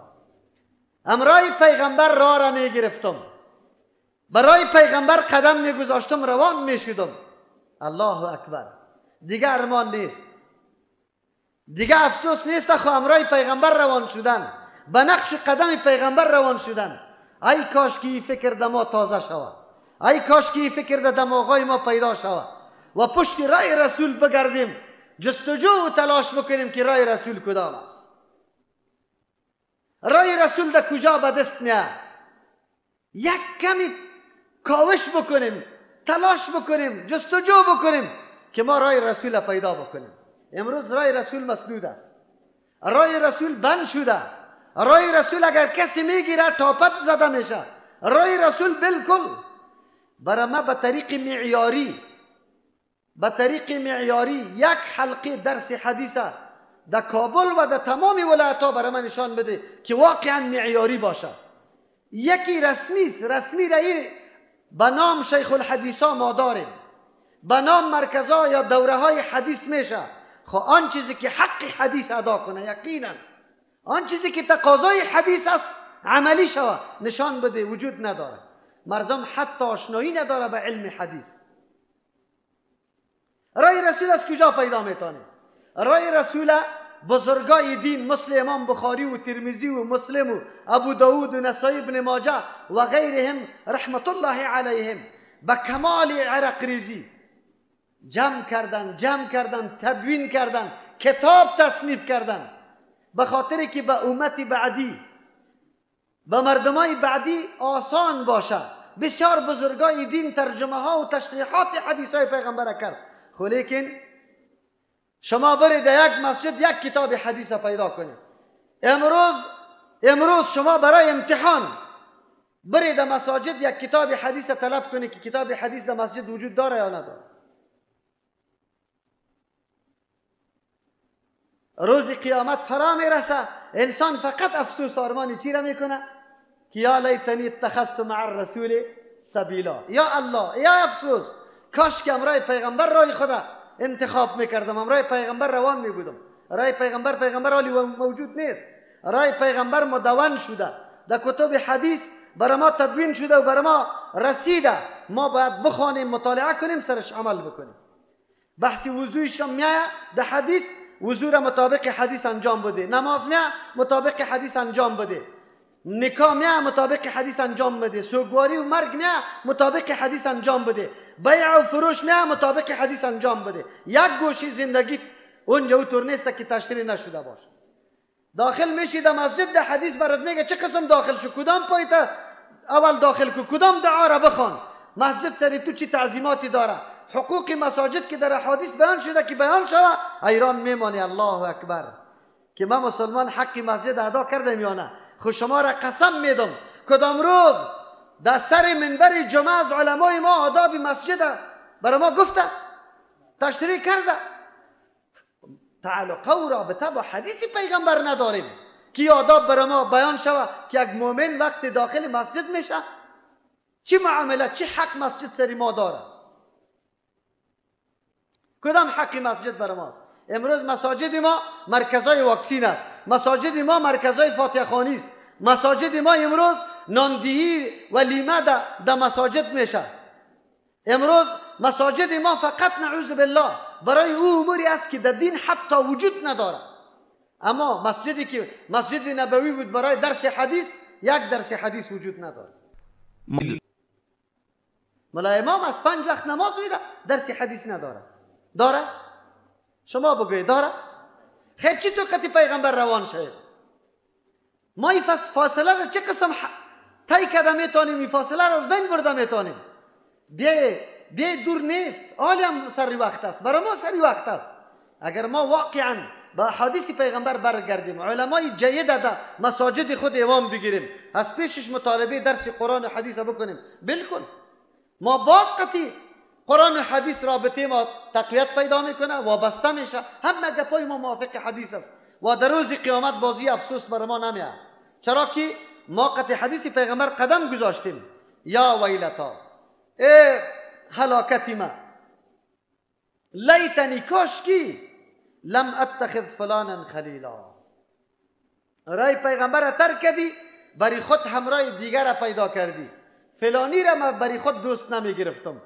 کسی که مرا پودری ساخت، کسی که مرا دعوت داد در لیسه مریم، کسی که مرا دعوت داد در سینما، کسی که مرا دعوت داد در بانک سودی، کسی که مرا در مجلس قمار دعوت داد، کسی که به مرا برای احیا زنده کردن بدعت‌ها دعوت داد، او را قطعی خود دوست نمی گرفتم.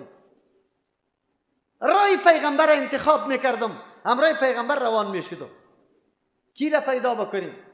چه کسی را پیدا بکنیم که قطعش همراهی بکنیم، که یقینا در زندگی تو همراهی و صحبت از او تاثیرگذار باشه و یقینا زندگی تو زندگی جور شود که تو اظهار خوشی از زندگیت بکنی. همینطور نفر پیدا بکنیم، پشتش بگردیم. ایدینا صراط المستقیم میگیم، صراط الذین انعمت علیهم، بخیر در ترجمه میاد که کدام گروپ و کدام گروه را انتخاب بکنیم، خطش همراهی بکنیم، قدم بزنیم. لقد اضلنی عن الذکر، این دوست خو مرا بسیار بدراهی را نشان داد، خیلی زیاد مرا تباه و برباد کرده، در هلاکت رسانده. خو لیکن بزرگترین تباهی را که برای من رسانده یک تباهی است. و کدام تباهی است که سرچشمه کلی تباهی هاست؟ لقد اضلنی عن الذکر، مرا از قرآن چی کرد؟ گمراه ساخت. نعوذ بالله. بعد اذ جاءنی، پس از اینکه قرآن برام آمده بود. و کان الشیطان للانسان خذولا، شیطان انسان تلاش داره که رسوا بسازه، ذلیل بسازه، تلاش از اون نمسته. ما اینطور کسی را دوست گرفتم که او مرا از قرآن منع کرد. ذکر اینجا قرآن کریم است، خب گوشتان آواز کنید. از قرآن کریم کی مرا منع کرد؟ کافرها بدبخت، استعمار امروزی و دشمنای دین آنقدر مهارت دارن، آنقدر هوشیار هستن که بنگی بر الله ما را نمیگه که از قرآن منع شوید.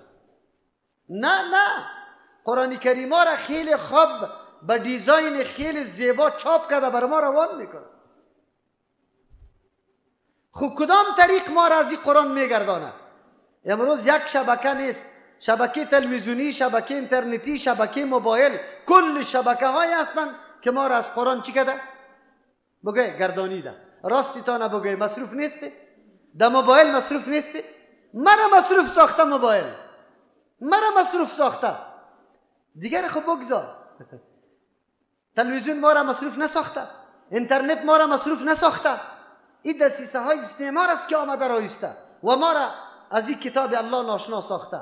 یکی خود کافر که کافر است، مستقیما ما را از قرآن منع نکرده. خود در معاشره مسلمانایتان ملا صاحب و پیر صاحب پیدا شده تو را از قرآن منع میکنه؟ است یا نیست؟ بگوی. دیروز یکی از برادرها برای من زنگ زده، میگه مولوی صاحب تو در کلمات خود خبیث استعمال کردی در مورد عالم، خبیث استعمال کردی، تو خودی در عالم نیستی، چرا همی گپ میزنی؟ ما گفتم ما عالمی واقعی را نگفتم خبیث، ما کس خبیث میگم که مانع قرآن میشه صراحتا. نفر روان از طرفی ترجمه و از دستش میگیره میگه دور بخو که تو را گمراه میکنه.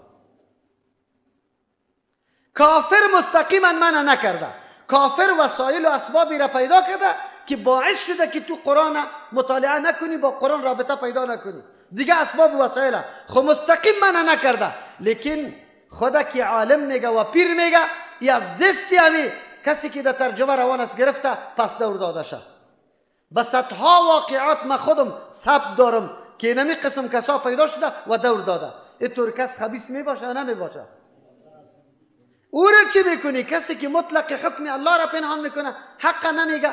او را الله میگه ان الذين يكتمون ما انزلنا من البينات والهدى من بعد ما بيناه للناس اولئك يلعنهم الله ويلعنهم اللاعنون. خباثت خیلی بد است یا لعنت؟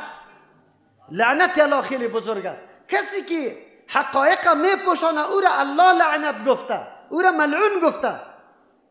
ما گفتم به این خاطر ما گفته، اما کسی که واقعا تو نعمت بزرگ الله برش رسیده خو مردم در تاریکی نگاه کرد به خاطری که حقایق نشناسه، پاچایی خود سرش بکنه، مردم به خود غلام بسازه، بنده بسازه، الله را یاد نکنه، ای را یاد کنه، در عبادت خود در ذکر خود چهره از این را در ذهن خود بگیره. شما بگویی که چطور حال است؟ دعوت به سوی الله نمیده، میگه فلانی ذکر بکو، خود چهره مرا در ذهنت بگی، الله را در ذهنت نگی، چهره مرا در ذهنت بگی. بگوی شما اینطور آدم چطور آدم است؟ کافر منع نمیکنه. خب قرآن اینجا میگه او دوستی که انسان تباه کرده او دوستی است که از قرآن تو را منع کرده. لقد ضلنی عن الذکر، مرا گمراه کرد از ذکر از قرآن بعد از جاءنی، پس از اینکه قرآن بر ما آمده بود. چقدر نیکبختی است. هیچ خلل در زندگی تان واقع نمیشه ان شاء الله. تو در درس قرآن شریف 3 ساعت اینجا سپری میکنی، دکانداری تام میتونی، در مکتبی تام رفته میتونی، در دفتری کاری تام رفته میتونی. خب 3 ساعتی تا به قرآن کریم میری. خب ازمیم تو را منع کرده. لقد اضلنی عن الذکر بعد از جاءنی، پس از اینکه برای ما آمده بود قرآن. چه موقع خیلی طلایی برای من میسر شده بود، فرصت طلایی. لیکن چطور؟ و کان الشیطان للانسان خذولا، شیطان انسان نمیمانه که در درجه بالا برسه، سعادت و نیکبختی داده شوه، وسوسه های گوناگون میکنه، برات پیش میکنه این قرآن اینقدر کی میتونه کی را ما مطالبش یاد کنه، خیلی وقت کار داره. دیگهش میگه قرآن بسیار سخت کتاب است، کی میتونیم کی را یاد گرفته بتانیم. دوم سوم وسوسه برات میگه نشوه که همونجا در درس قرآن میریم ما را دیگه طرف چپه کنه. خودش هم میگه در درسی کی میریم؟ بگه در درسی کی میریم؟ در درس قرآن میریم. خب لیکن ما چی نشویم؟ بگه دیگه طرف چپه نشویم. عجیب نیست؟ الله اکبر. خودش میگه که در درس قرآن بریم. ایره میگه وسوسه های شیطانی. امسوبکی شما هم که حرکت میکرده یک دفعه شیطان براتون گفت او در این صوبکی کی میخیزه، این در شارینه برو اونجا در ترجمه قرآن کریم. خیلی خسته و مانده و زلست، خوابتان پر نیست، باز پسان کارت ناقص میشه، باز خو سرت میه، یک چند دقیقه خو کن.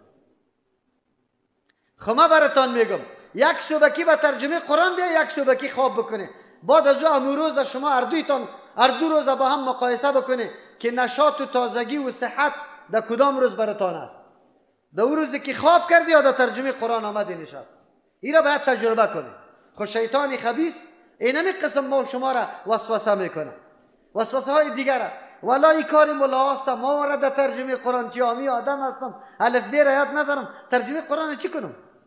خود شما در 1 ساعت که همینجا نشسته چقدر مطالب در ذهن خود گرفتی بالا کردی ان شاء الله.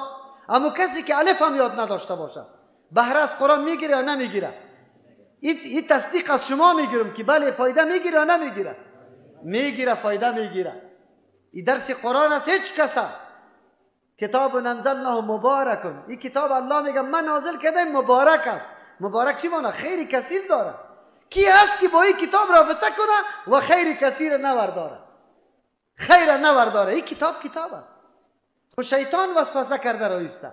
قرآن میگه برای ما، الله تبارک و تعالی برای ما میگه که شیطان برای انسان ذلیل میکنه، انسان خوار میسازه، نمیگذاره تا که تو نیکبخت شوی. و تعالی از مهربانی خود ما را در دنیا خبر داده که ای مؤمنا، ای بندگان ما، در زیر شکایت پیغمبر خود برابر نکنید.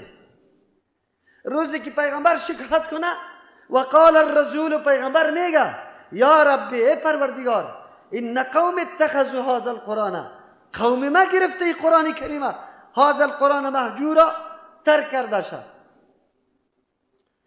قوم ما این کتاب الله تبارک و تعالی را ترک کرده. این کتاب سرمایه است برای ازیا، برنامه هدایت است برای ازیا، ذریعه سعادت و نیکبختیشان است برای ازیا. یا را آگاه میکنه از او روزهای هولناک، از او روزهای هیبتناک، از او روزهایی که یک عذاب الله هست. یا را خبر میده خویا کتاب الله را ترک کرده. پیغمبر شکایت میکنه، الله بکنه که ما شما در زیر شکایت پیغمبر نرویم. یکی از عوامل شروع کردن ترجمه قرآن کریم ما این همیسته که ما در زیر سخن پیغمبر نبیاییم، از او جمله نباشیم که قرآن ترک کرده باشیم کلی عمر، قرآن محجور شده باشه. ابن کثیر رحمه الله ترک کردن قرآن کریم از صورتایش بیان میکنه. ایمان و نه عقیده کردن به قرآن ترک قرآن است. یک. دوم، قرآن کریم نعوذ بالله عمل نکردن ترک قرآن است. ما خو الحمدلله عقیده داریم به کتاب الله تبارک و تعالی، ولی در صورت دوم خود ملامت میدانیم که ما با کتاب الله عمل نکردیم. آیا در این شکایت پیغمبر برابر نمیشیم؟ یا از جمله صورتهای هجران است. سوم صورت میگه هجران یا ترک کردن قرآن کریم را میگه که حتی با کتابای دیگه غیر از قرآن زیاد مشغول و مصروف میشی و قرآن ترک میکنی. ما کتابای دیگه را بگذار، نعوذ بالله با گناه ها مصروف هستیم، مشغول هستیم کلی رو عمر، شب و روز ما در معصیت دیر میشه. این ترک قرآن نیست. ابن کثیر رحمه الله میگه که بر علیه قرآن کتاب دیگر اگر زیاد مطالعه میکنی، زیاد او را میبینی، زیاد تعلقیت است، یا ترک قرآن کریم است. ما می خاطر میگیم اما دینداری ما کتاب فقه را میخوانه عالی، کلی عمرش در فقه تیر میشه، با قرآن سر و کاری نداره. ما میگیم که بیا در پهلوی فقه کتاب الله را بخوانی، تفسیرم مطالعه بکنی که عقیده ما درست شود. فقه خو بخش عملی ما را بیان میکنه، اما عقیده را بیان نمیکنه. بیا که عقیده ما درست شود. مردم ما را میگه که یا دشمنای فقه است، دشمنای ائمه مجتهدین است. به الله قسم ما دشمن نیستیم ان شاء الله. و محبوبیتی که اما ائمه مجتهدین در قلب ما داره، ان شاء الله در قلب تو نیست. خو لیکن کتاب الله را مترک کردن بکار نیست. در کل عمر مردم برای ما میگه یک شما ملاستی، ما نمیگیم که ما ملاستیم. خو شما را سوال میکنم آیا درس قرآن در وطنتان بود؟ در کدام جای درس قرآن موجود بود که یک چند نفر مسلمان در مو حلقه بشینه؟ خو موجود نبود. دعوت ما است که بیا کتاب الله را محجور نکنیم، بیا با کتاب الله رابطه پیدا کنیم. اگر دیگه اوقات نمیشه، یقینا بندگان خیلی ناقص هستیم. امی ماه مبارک رمضان ماه قرآن است، امیرم یک ساعتی خود به قرآن بدیم. اگر کلی عمر خود تیر کردیم به خاطر تعمیر دنیای خود، بیا برای تعمیر آخرت خود یک ساعت خود بدیم. نشویم در این شکایت پیغمبر برابر نشویم. ما در جمله شکایت پیغمبر نبیاییم. الله تبارک و تعالی میگه و کذالک جعلنا لكل نبی عدوا. بلی موضوع جدید نیست، در تاریخ اینمی قسم حالات تیر شده. کتابای الله پشت سر انداخته شده. در می سوره بقره بخیر بر ما و شما می آید که کتاب الله را یهود الله بیان میکنه که چه عظمت و حکومت برش داده بود، کتاب هدایت برش روان کرده بود، لیکن وا چی کردن؟ کتاب الله را پشت سر انداختن. فنبذوه وراء ظهورهم، انداختن کتاب الله را پشت سر. اینطور نه که نعوذ بالله کتاب الله را اینطور قلات کرده باشه در پشت سر انداخته باشه، مانا در انواری و در تاق گذاشتن، با کتاب الله دیگه سر و کار نکردن، آرا و نظریات خود دین جور کردن. امروز نیست همونطور، امروز همون قسم حالت است، آرا و نظریات دین است، کتاب الله را کس سوال نمیکنه. الله میگه نمی قسم ما گردانیدیم برای هر پیغمبر عدو و دشمنا من المجرمین، از اون مردمایی که سخت گناهگار و تباهکار است، اون مردما را دشمن گردانیدیم و تلاش میکنه که با کتاب الله قطعا مردم فاصله بگیره، دور شوه. دانشمند بزرگ امی دنیای حاضر ما، دنیای غرب و کافر ما، در پارلمان اعلان نمیکنه، وزیر بزرگشان میگه که تا وقت دو چیز در بین مسلمان ها باشه ما و شما کامیاب نمیشیم. کدام چیز در بین مسلمان ها باشه؟ یکی کتاب الله تبارک و تعالی و دوم چیست؟ احادیث پیغمبر. دوم یعنی وقتی که از این کتاب الله بهره میگیره ما نمیتونیم که کامیاب شیم. این قرآن بزرگترین اسلحه مسلمان هاست، تا که یار از دستش نگیریم به هیچ وجه کامیاب نمیشیم. هر قدر نیرو داشته باشیم، هر قدر اسلحه مدرن و پیشرفتم داشته باشیم. خود شما اگر میتونه که سری معاشره و جامعه مسلمان ها کامیابی حاصل کنه، قرآن از دستشان بگیره دور کنه. و امروز گرفته واقعا دور کرده. قسم بدی به جامعه مسلمان ها، به هر کدامی ما که در خانه ما روزمره صبحکی بعد از نماز خوانده میشه یا نه؟ تلاوت قرآن میشه یا نه؟ یا اول تعلق ما به کدام چیز است؟ بگوی شما. الله دشمن ها را گردانیده. بیایی که ما امی قرآن کریم باز آشنایی پیدا کنیم، مردم خود دعوت بدیم که بیایی این کتاب الله برای ما آمده. و کفا بربک هادیا و نصیرا، کافی است پروردگار تو از روی هدایت. اگر الله کسی را هدایت بکنه گپی جداست، و امداد میکنه کسی را که الله نصرت بکنه، خو الله نصرت خود موقوف به کرده که عمل به قرآن شود. اگر عمل به قرآن نباشه الله هدایت نمیکنه، نصرت نمیکنه. ما تلاش بکنیم، انابت پیدا کنیم، خود عاجز بدانیم به قرآن، محتاج به قرآن بدانیم که الله بر ما هدایت کنه. ولی وقتی که ما مستغنی خود میگیریم، میگیم نه دین ما پوره است، چیزی که یاد داریم به قرآن ضرورت نداریم. ریش سفیدای ما در مساجد میگه میزنه، میگه ما به ترجمه قرآن ضرورت نداریم، چیزی که از بابا و اجدادی ما باقی مونده امور ما پیش میبریم، دیگه ضرورت نداریم.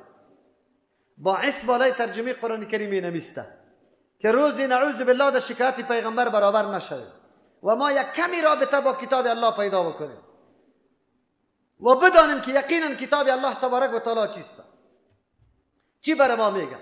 دوم باعث بالای ترجمه قرآن کریم و چه عامل است که ما قرآن کریم ترجمه میکنیم، مردم دعوت میدیم. چه عامل است برای ما ادای مسئولیت خود میکنیم. آیت براتون خواندم، الله که کدام چیز واضح ساخته بیان کرده و ما او حامل از او شدیم، فرا گرفتیم. این باعث بالا عزیز که ما ادای مسئولیت بکنیم پیش الله تبارک و تعالی، مسئول نباشیم. نشوه که لعنت الله نه کل مخلوقات، هر چیزی که صلاحیت لعنت داشته باشه او سر ما بیا، نعوذ بالله. چرا حقایق به مردم بیان نشود؟ چیزی که قرآن بیان کرده به مردم ما بیان کنیم، این مسئولیتی ماست. از همون خاطر الحمدلله در روزی که ما اونجا ترجمه قرآن کریم در پاکستان میکردم، امی آرمان در دلم آمده بود که یا الله اینطور ساعتی باشه که ما در وطن خود کتاب الله تبارک و تعالی را به مردم خود بگویم و ادای مسئولیت بکنم. الحمدلله احسان الله سر ما شده، زیاد احسان کرده که ما بعد از فراغت خود سالی نداریم که ترجمه قرآن نداشته باشم. الحمدلله. و این ما از یک طرف احسان الله میدانم، از طرف دیگه ادای مسئولیت خود میکنم. ما سر کسی احسان نمیگذاریم، منت نمیگذاریم که برادران ما برای شما ترجمه قرآن میکنیم. ما ادای مسئولیت میکنیم که الله ما از ما سوال نکنه. این کتاب عظیم الله لا اقل کمترین علم برای تو حاصل شده بود، امور به مردم رساند یا نه؟ پیغمبر علیه السلام میگه بلغوا عنی ولو آیه، از ما برسانی اگر چی یک آیت باشه. ما ادای مسئولیت بکنیم. این باعث ترجمه قرآن کریم ماست. برادرای گرامی و خواهران محترم، یقینا شما این لحظاتتان بسیار قیمتی لحظات بدانید. در عمرتان من خو میگم که خوشبخترین لحظات عمرتان نیکبخترین لحظات عمرتان همین لحظات است. و من نمیگم ایرا از زبان مبارک پیغمبر صلی الله علیه و سلم براتان میگم. عقبه ابن عامر رضی الله عنه یک صحابی است. ما قبل از رمضان در جمعه در این مورد به خاطر از اینکه مردم دعوت به سوی قرآن بدیم در جمعه امی گپا را گفتیم. عقبه ابن عامر رضی الله عنه میفرما خرج رسول الله صلی الله علیه و سلم، برآمد پیغمبر علیه السلام یک روز بالای ما و نحن فی الصفه، ما در امون جای نشسته بودیم برنده مسجد نبوی.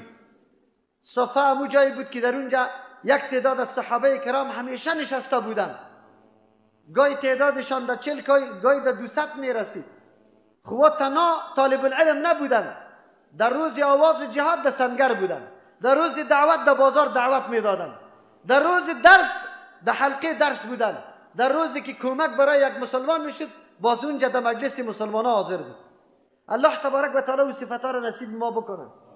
او میگه که ما در صفه بودیم که پیغمبر علیه السلام برآمد بالای ما، فقال گفت ایکم یحب، کدام شما دوست داره ان یغدو کل یوم، که صبحکی هر روز بروه الی بطحان او الی العقیق، یا در مقام بطحان بره یا در مقام عقیق بره. دو جای است که در اونجا مواشی و حیوانات فروخته میشد آورده میشد، به اصطلاح امروزی ما نقاش. کی است که در اونجا بره و هر صبحکی بره در اونجا خود چی بیاره؟ فیأتی منه، از امون مقام از امون جای بیاره امرای خود بناقتین کوماوین، با دو شتری که بوکای کلان کلان داشته باشه او را بری خود بیاره، قطی خود بیاره، فی غیر اسمن، که نه در گناه واقع شده باشه، ولا قطیعت رحم، و نه به قطع شدن رحم باشه. یعنی همین دو شتر به دزدی به غصب به این گپا نشده باشه، و نه نعوذ بالله صله رحمی را قطع کرده باشه، یکی نعوذ بالله به دروغ درم یا ایست که تجاوز حق دیگران را بری خود گرفته باشه، این گپا را نکرده باشه. کدامتان؟ فقلنا یا رسول الله، صحابی میگه عقبه ابن عامر رضی الله عنه که ما با پیغمبر علیه السلام گفتیم که کلنا نحب، تمامی ما این را دوست داره یا رسول الله ذالک. قال، پیغمبر علیه السلام برشان گفت افلا یغدو احدکم، آیا هر صبح نمیره یکی از شما الی المسجد، بسوی مسجد، فیعلم آمده که یاد بگیره بدانه، او یقرأ یا بخونه آیتین، دو آیت قرآن کریم من کتاب الله، از کتاب الله تبارک و تعالی، از کتاب الله عز و جل. میگه کسی که میره در مسجد و دو آیت میخونه یا دو آیت تعلیم میکنه، پیغمبر علیه السلام میگه خیر له، امی دو آیت تلاوتش یا فرا گرفتنش برای ازو بهتر است من ناقتین، از دو شتر کده، و ثلاث، سی آیت خواندن و تعلیمش خیر له من چیستا ثلاث، سی آیت بهتر از سی شتری که بوکای کلان داشته باشه برش بهتر است. و اربع خیر له من اربع، چهار از چهار، یعنی چهار آیت تلاوت میکنه از چهار شتر کده بهتر است. و من اعدادهن، و از شماری من الابل، از شماری امی شترا امو دو آیت که قرائت کرده و یاد گرفته امی بهتر است. این لحظه ما چقدر قیمتی است. پیغمبر علیه السلام به خاطر از اینکه در ذهن ما بشانه امر معقوله میگیره، محسوس میسازه برای ما، به خاطر که خوب بدانیم حقیقت امره. برای ما میگه که کدام یکی شما خوش داره که هر روز دو دانه شتری که بوکای کلان داشته باشه ایره به دست بیاره. شتر چه حیثیت داره در عرب؟ بزرگترین چیز در زمانی که عربا زندگی میکرد، مهمترین و افضلترین چیز شتر بود. چرا؟ شتر، هر کسی که شتر داشت کلی زندگی داشت. چرا؟ وسیله حمل و نقل بود. شیر از پیشش میخورد، پشم از پیشش میگرفت، بار سرش میبرد و سر چیزی کم خیلی قناعت میکنه، خاره میخوره لیکن خرواری باره میبره. دو دشت و بیابان و سوزان عربستان نه اونجا موتر داکسن کار میکنه نه کدام موتر دیگه، ریگستانیست، تباهای مختلف داره، طولانیست، هیچ چیز در اونجا کارگر نیست و جز از کی؟ شتر. یک خصوصیتش براتون میگم، باز الله تبارک و تعالی رحم بکنه که ما و شما یقینا فلا ینظرون الی الابل کیف خلقت. آیا نمیبینه این بنده های ما به سوی شتر که چه قسم الله ساختمانی از این را پیدا کرده، چه ساختمانی الله برش داده. بزرگترین حیوانی که یک هفته و 10 روز آب نخوره و گزاره کنه کدام حیوان است؟ شتر است. دو دشت و بیابانی که من گفتم که موتر حرکت نمیتونه، اونجا ماسبادی است، مثل دشتای فراواره، ریگ باد میشه، موتر گم میشه در ریگ، خاکبات است، هر چیز است. الله تبارک و تعالی به شتر اینطور چشم داده، اینطور پلکای قوی داده که مکمل چی میکنه؟ بگه حفاظت از غبار و گرد میکنه و دمو دشت و بیابان سفر کرده رایسته. دمو که ماسه است، یک دم ریگ است.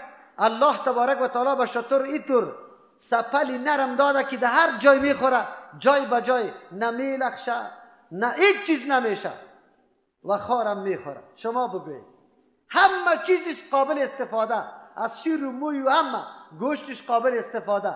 شما بگوید شتر او وقت برابری تیاری وقت است. ما هر روز میدویم به خاطر از اینکه 100 روپیه فایده بکنیم. آیا اگر ما یک آیت بخوانیم یک شتر، بلکه پیغمبر علیه السلام میگه از مجموعات تعداد شترها کرده قرائت 2 آیت و تعلیم 2 آیت بهتر است. این از زبان کیست؟ از زبان مبارک محمد رسول الله صلی الله علیه و سلم است که یک سخنش خطا نیست، نادرست نیست. خیر ما چطور خوشی را اظهار نکنیم؟ ما یک آیت نه به صدها آیت الحمدلله میخوانیم، ترجمهش گوش میگیریم، ما خوش نشویم؟ اگر ما به نیت پاک واقعی، به اخلاصمندی و به اینکه محبت با کتاب الله داشته باشیم در اینطور مجلس ها حاضر شیم، آیا یک قسم شترها را الله تبارک و تعالی برای ما نمیده؟ از این که بهتر برای ما نمیده؟ خیرون گفته بهتر از این که الله برای ما میده. خیر دیگه چی داریم؟ دیگه چی توقع داریم؟ آیا پیغمبر علیه السلام به زبان خود نگفته خیرکم من تعلم القرآن و علمه؟ بهترین شما در بین مجموعه مسلمانان بهترین شخصیت کدام شخصیت است؟ پیغمبر علیه السلام میگه کسی که من تعلم القرآن، قرآن یاد میگیره و علمه، بعد از او به دیگران تعلیم میده. از این که بهتر ساعت دیگه کدام است؟ خودی پیغمبر به زبان مبارک خطاب کرده که بهترین شخصیت ها شماست. چطور ما خوش نشویم؟ آیا باز پیغمبر علیه السلام به علی رضی الله عنه میفرماید او چی میگه؟ فوالله قسم به او ذاتی که قسم به ذات الله لأن یهدی بک رجل واحد، که هدایت شوه با واسطه تو ای علی رضی الله عنه یک شخصی واحد، این چیز خیر لک من حمر النعم، بهتر است بری تو از شترهای سرخ کرده هم. علی رضی الله عنه امروز سخن میگه، پیغمبر علیه السلام سخن میگه که سبا بیرق در دست یک کسی میدم که الله و رسولش او را دوست داره. هر صحابی سبا میشه خود پیش میکنه که امین نفر ما باشم. پیغمبر علیه السلام علی رضی الله عنه را انتخاب میکنه، بیرق به دستش میده، توصیه ها میکنه به اینی سیستم جنگ کو، اینی کار بکو، اینی آداب جنگ و جهاد. در آخری گپ برش میگه که یک شخصی اگر با واسطه تو ای علی رضی الله عنه جهاد به خاطر از این نمیکنی مال بگیری، مردم بکشی، حکمت تسلطی ثابت بکنی، جهادی تو برای راهیابی مردم است که یک نفر توسط تو هدایت پیدا کنه، از کفر و شرک به عقیده حق برگرده. این بری تو از شترهای سرخ کرده چی است؟ بهتر است. اگر ما تلاش بکنیم عقیده قرآن یاد بگیریم و بعد از ما و شما توسط یک عقیده خود، یک شخصی، یک دوست خدا عقیدهش درست بکنیم، از شترها کده برای ما درست است یا نه؟ مردم خدا فریب میده. یک کسی را گفتم در ترجمه میگه والا ما مولوی صاحب یک کمی تلاوت میکنم. ما برش گفتم که جناب تلاوتی تو در این موقع برابری او ترجمه و رفتن و قدم ماندن قطعا رسیدگی نمیتونه. 1,000,000 سال که توی تلاوت بکنی. یاد داشته باش تلاوت مطلق تلاوت مطلوب نیست در قرآن کریم. تلاوتی که انگیزه چی شود؟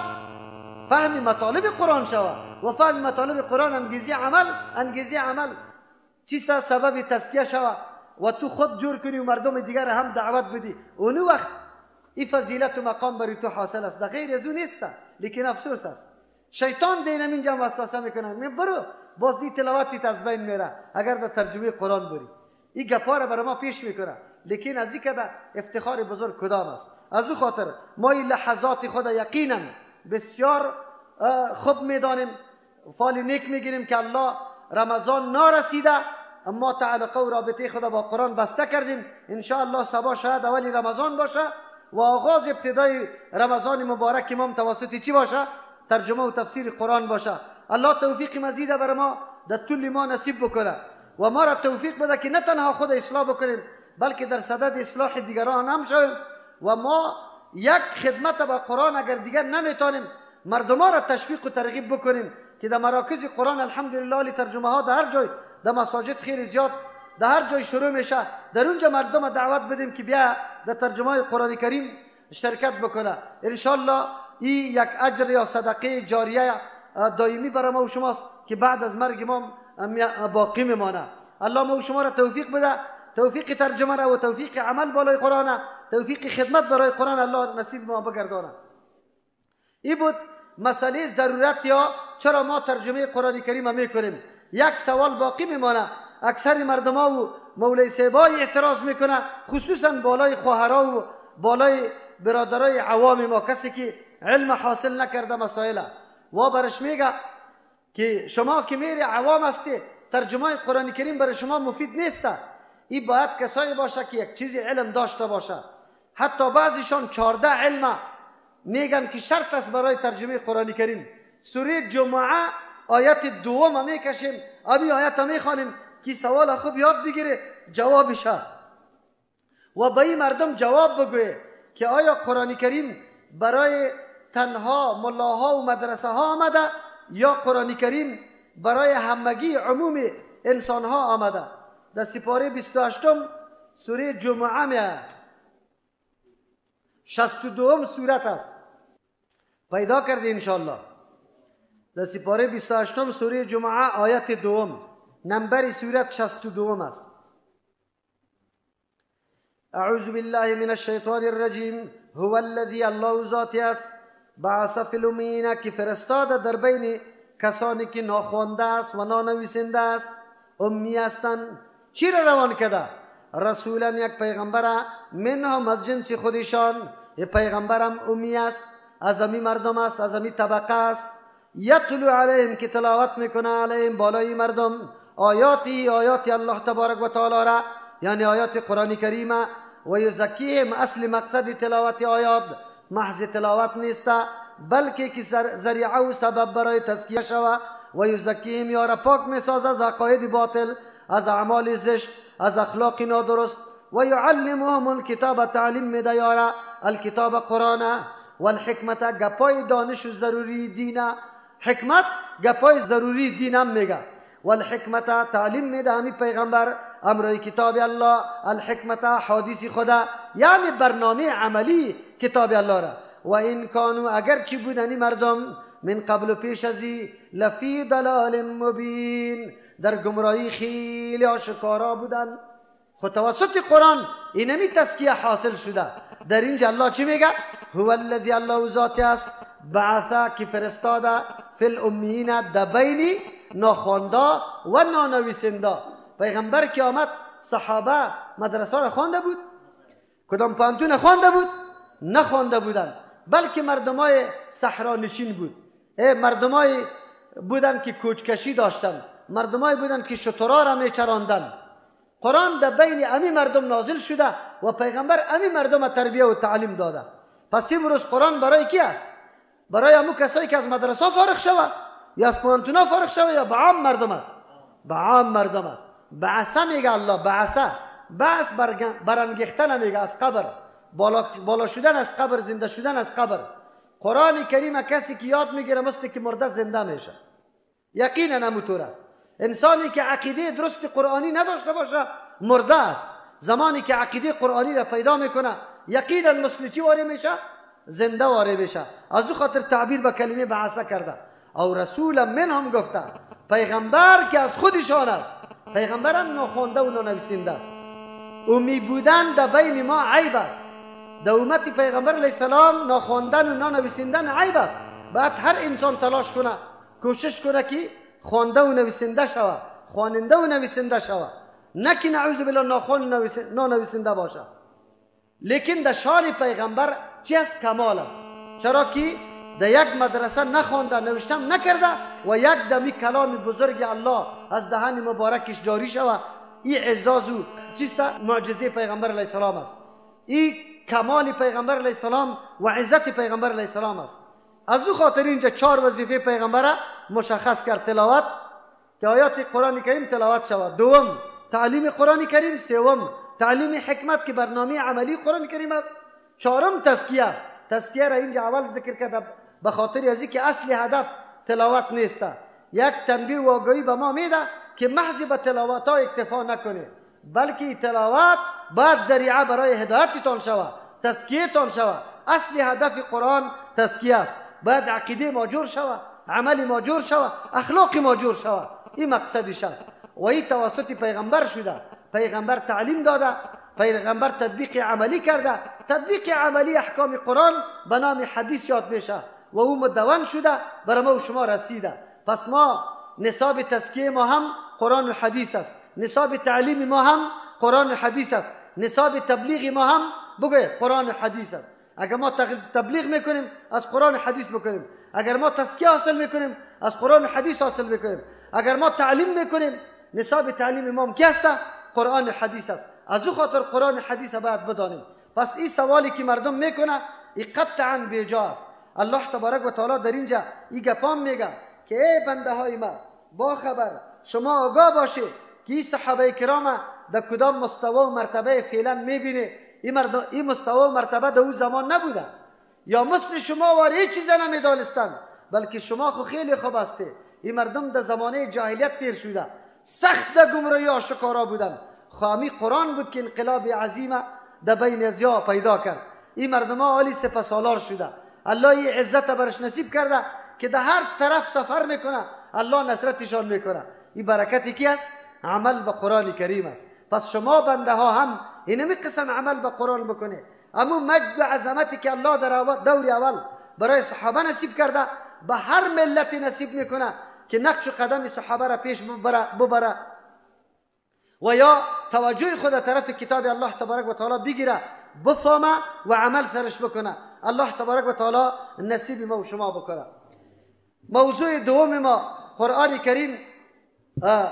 قبل از اینکه ترجمه و تفسیر شروع میشه، چیزایی که ضروری است و علما در او تفصیلات و تشریحات داده، مسئله اعوذ بالله گفتن و بسم الله گفتن است.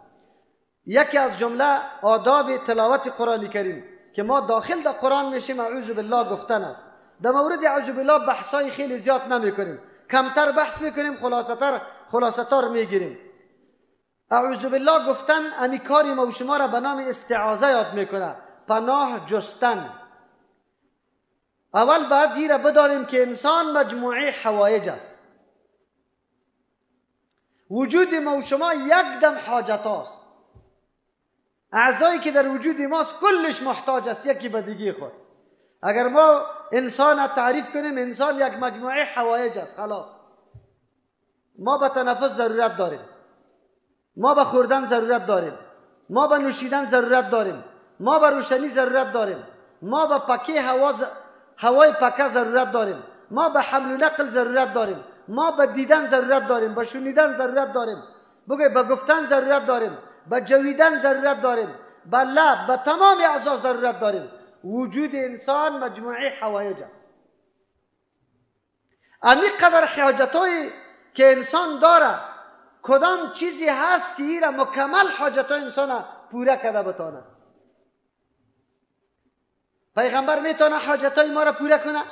بعضی جهتای حاجت ما را پوره کرده میتونه. یک سوال برای ما مغلق پیدا میشه در قرآن، صحابه مراجعه به کی میکرد؟ به پیغمبر صلی الله علیه و سلم. پیغمبر صحابه در بعضی مواقع جهاد ضرورت به آب کردن که وضو کنه و بخوره، آب موجود نمی بود، کمک آب پیدا میشد، پیغمبر امی ضرورتشان هم به اذن الله پوره میکرد.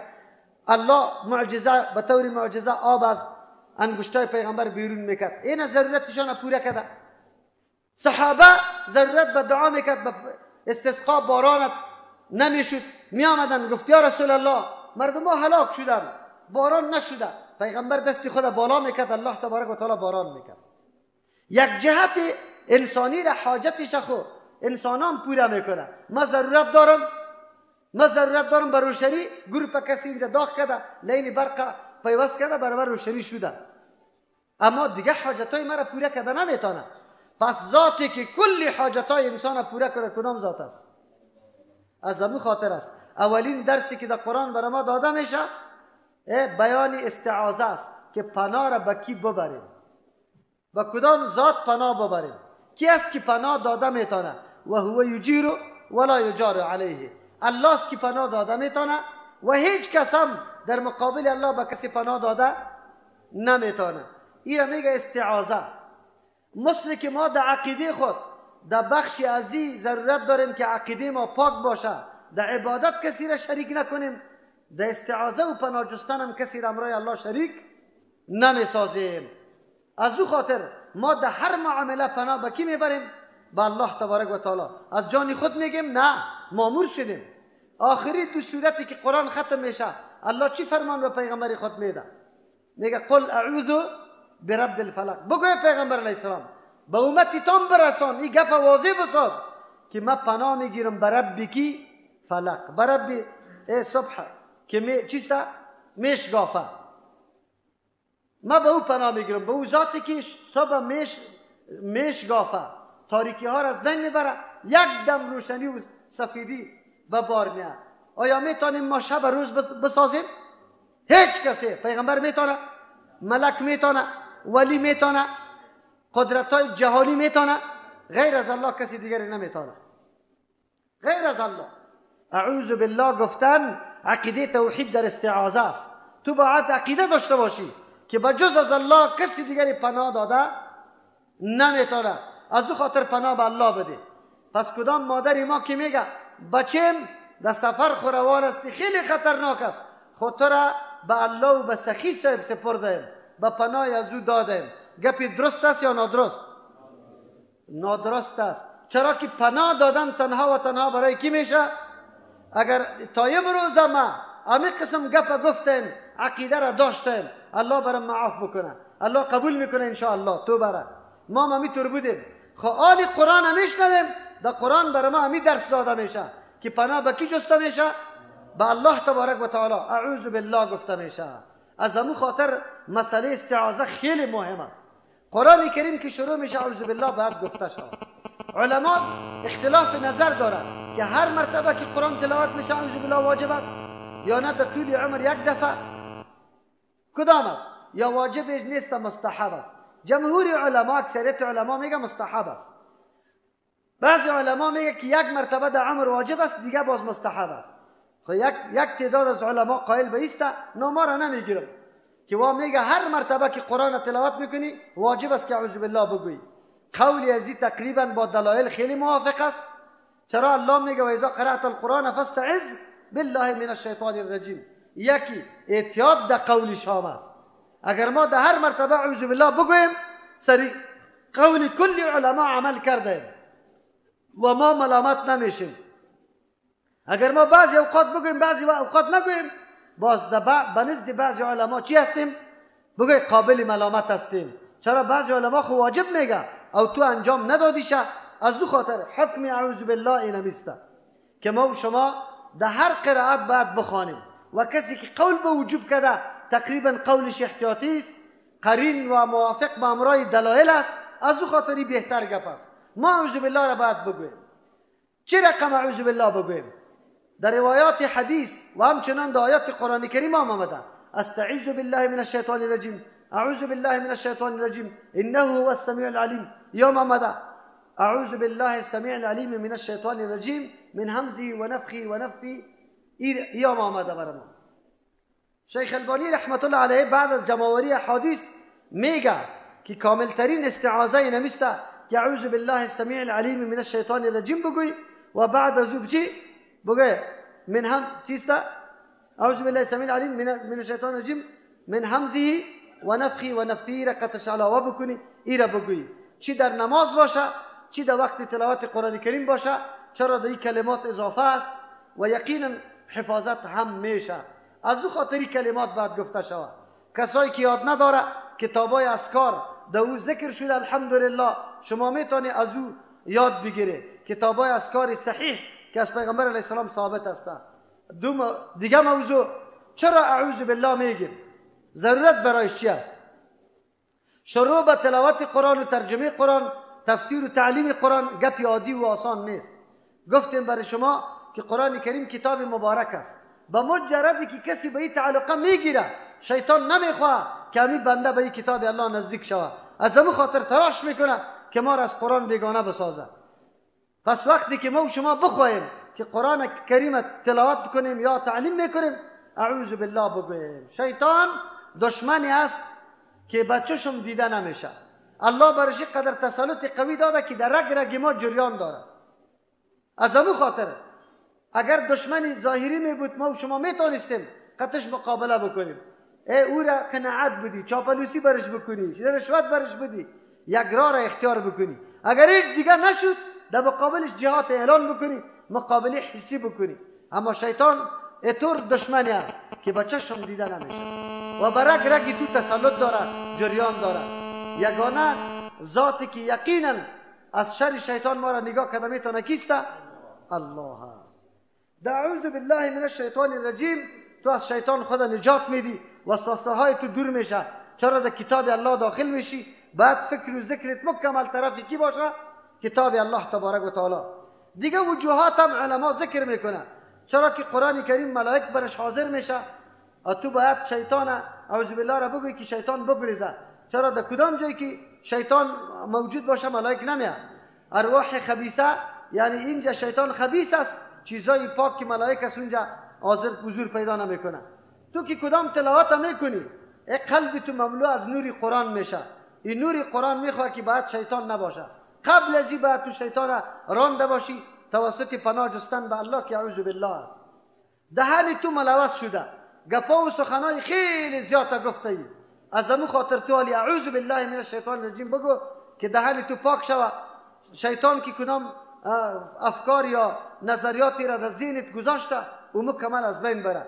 این وجه عزیزه که ما و شما اعوذ بالله من الشیطان الرجیم میگوییم. آلی سرینمی موضوع که وقتی ما مامور به اعوذ بالله گفتن شدیم قرآن که شروع میکنیم ادبش است که اعوذ بالله بگویم. این اعوذ بالله چی ثمره داره؟ ما چی ثمره و نتیجه را میگیریم؟ ثمره و نتیجه اعوذ بالله گفتن این نیست که ما فقط و فقط پناه به الله میبریم، به کسی دیگری نمیبریم. خب از پناه بردن به الله هر آن چیزی که ما او را سبب و ذریعه پناه میدانیم غیر از الله دیگه چیز نمیدانیم. پس اگر دیگه چیز موجب پناه بدانیم شرک گفته میشه. مسئله تعویذ و دم و این گپا تار هم بر ما در اینجا واضح میشه که آیا ما دم میتونیم یا نه، تعویذ گرفته میتونیم یا نه، تارا را یا کنجتا را در گردن آویزان کرده میتونیم یا نه. سه موضوع است. یکی دم کردن است.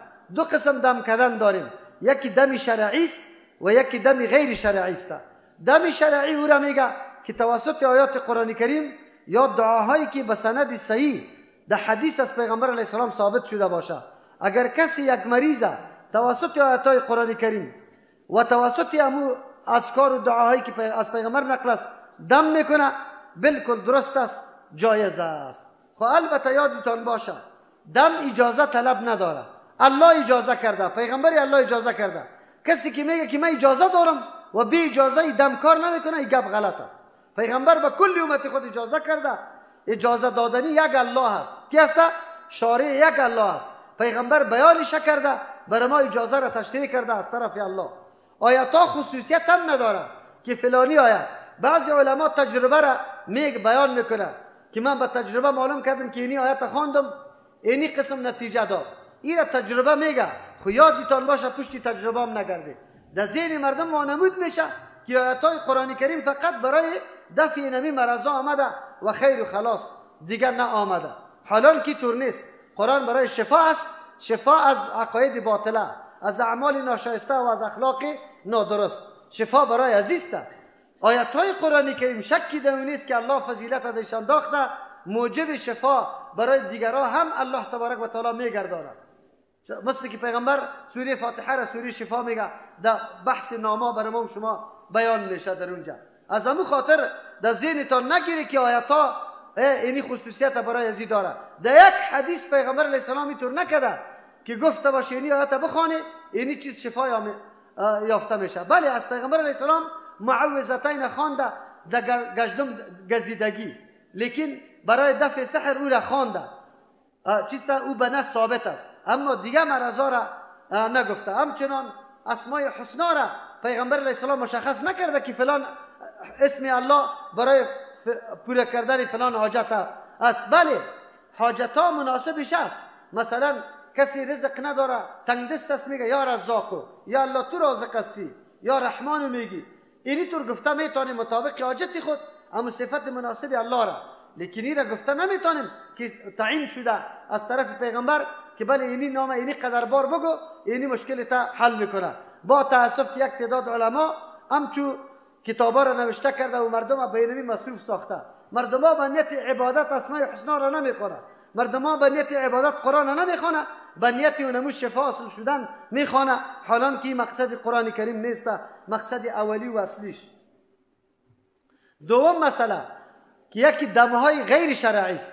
دمی غیر شرعی یعنی چف کردن غیر شرعی او است که به کلمات غیر قرآنی باشه، کلمات قرآن نباشه، و او دعاهایی که از پیغمبر در حدیث صحیح آمده او دعاها نباشه، بلکه به کلمات غیر قرآنی، عربی است خو قرآنی نیست، یا به کلمات عجمی است، یا نعوذ بالله به نام است، اگر نام پیغمبر است، اگر نام به زعم خودشان نام ملائک، یا نام جنیات باشه یا نام کافرها، یا فرعون یا هامان نوشته کرده ده او، یا است که کلماتی را نوشته کرده که هیچ مفهوم و معنا نداره. این دما شرکی است. پیغمبر علیه السلام در یک حدیث میفرما ان الرقا و التمائم و الطیولة شرک. دمها و همچنان محبوب ساختن چیست؟ چی تمایم چیزایی که در گردنها اوزان میشه و آن چیزی که سبب محبوب ساختن زن و شوهر میشه توسط جادوها، او را پیغمبر میگه شرک است. چرا؟ به خاطر که تو در اینجا کدام دم که میکنی این دم غیر شرعی است، کلمات قرآن نیست، دعاهای پیغمبر علیه السلام نیست، از او خاطر دم نارواست. پس دم دو قسم شد، یک روا یک ناروا. مسئله تمائم آمد. تمیمه را آن چیزی که در گردن آویزان میشه این را به نام تمیمه یاد میکنه، اگر کنجد باشه، اگر تار باشه، اگر کاغذ باشه، هر چیزی که باشه. از همون خاطر این تمامیش مکمل حرام است و شرک است. کسی اینطور چیزها را در گردن نکنه و آویزان نکنه، چرا این شرک است. پیغمبر علیه السلام این شرک گفته. بعضی علمای ما تعویض هم در این جمله داخل کرده به خاطری که در گردن آویزان میکنه و یا مطلق تمیمه سرش میشه، از او خاطر میگه نارواست. اما بعضی علما در مورد تعویض تفصیل میکنه. تعویض میگه دو قسم است. یکی تعویضی است که بنابر شرایط جایز است، یکی تعویضی است که اگر شرایط پیدا نشد ناجایز است. کدام تعویضی که شرایط داره که رواست کدام است؟ میگه تعویض توسط آیات قرآن یا کلماتی که از پیغمبر علیه السلام ثابت شده باشه، اذکار و حدیث از او کلمات باشه، یک شرطیشی. دوم شرطیشی است که عقیده تاثیر امی کلمات نداشته باشه که امی کلمات مرا نگاه میکنه یا مرا شفا میده، بلکه عقیده بالای کی داشته باشه؟ الله تبارک و تعالی، و این سبب و وسیله بدانه، اصل مؤثر ندانه. دو سوم شرطیشی است که نمیره برای کلانان نباشه، برای خردا باشه، یعنی به بچهای خردی که کلمات خودش یاد کرده نمیتونه، از او خاطر توی را تعویض برش میکنی. چهارم است شرطش که در جاهای گنده و نعوذ بالله نجس نگرده یادم، چرا که پیغمبر علیه السلام نقش مبارک مهرش محمد رسول الله بود، وقتی که داخل تشناب میشد او را چی میکرد؟ از انگشت خود میکشید اونجا میمان. از او خاطر رعایت ادبی امی گپا شود. ولی با تاسف که امروز میبینیم امی چهار شرایط در چهارش تعالی را در ذهن مردم باقی نیست. یکی خویست که یا تعویض برای خردا نمیکنه، خرد و کلانی تعویض میگیره. دوم بمو چیست عقیده داره که همین تعویض آدم نگاه میکنه. سوم در جاهای خراب میره. او چهارم کلانایی را استعمال میکنه. یک وجه دیگر هم محدثین بیان میکنه که اگر ما تعویض روا بکنیم دروازه برای جادوگرها باز میشه. پیش جادوگر کی بری که چرا جادو میکنی؟ میگه نه ما تعویضی چی نمیکنم، بگه تعویضی برای دندان دردی و گپا را میکنم. از او خاطر برای دروازه بند کردن جادوگرا باید تعویض بند شود. در حدیث مرفوع از پیغمبر علیه السلام تعویض نقل نشده. تنها در یک اثر یک صحابی است عبدالله ابن عمرو ابن عاص رضی الله عنه، او برای تفلکای خرد خود دعا را نوشته کرده بود که اعوذ بکلمات الله التامه من شر کل شیطان وهامه و عین اللامه. اینطور کلمات را نوشته کرده بود و این برای خردان باید گفته شود. اگر قابل تلفظ باشه این را بگوید، چرا که خیلی مفید و تاثیر داره. از او خاطر این مردم ها این شرطا را میگذاره، میگه اگر این شرطا پوره شد تعویض درست است، اگر پوره نشد تعویض نادرست است. خلاصه سخن است که تعویض به هیچ وجه عالی فتوا داده نشود، به خاطر که مردم این آیات ها را توهین میکنه، تحقیر میکنه و در گناه خود آدم قطع شامل میشه. از او خاطر چیست مسئله چی را تعویض یا بیان کرده. بهتر است که انسان در گردنهای خود تعویضا همین قسم کلمه دارا این چیزا را آویزان نکنه، چرا در جاهای گنده و خراب هم میره. و دوم است که اگر چیست چی میگه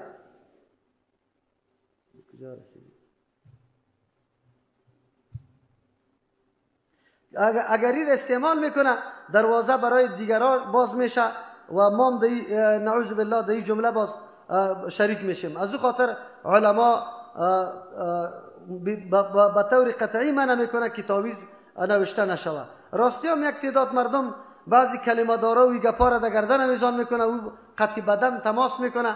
تماس قطع بدن از این کلمه آیت الکرسی، سوره اخلاص، هر کدامش که باشه این خو حرام است، قطعا حرام است.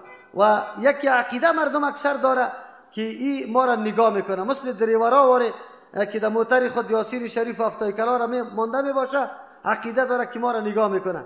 این قطعا نادرست است، صحیح نیست. چرا؟ پناه دهنده و نگاه کننده کیست؟ الله تبارک و تعالی است. دیگه موضوع در مسئله اعوذ بالله است که از چی چیز پناه جسته میشه. وقتی که به الله پناه میبریم اعوذ بالله میگیم، از چی چیز پناه میبریم؟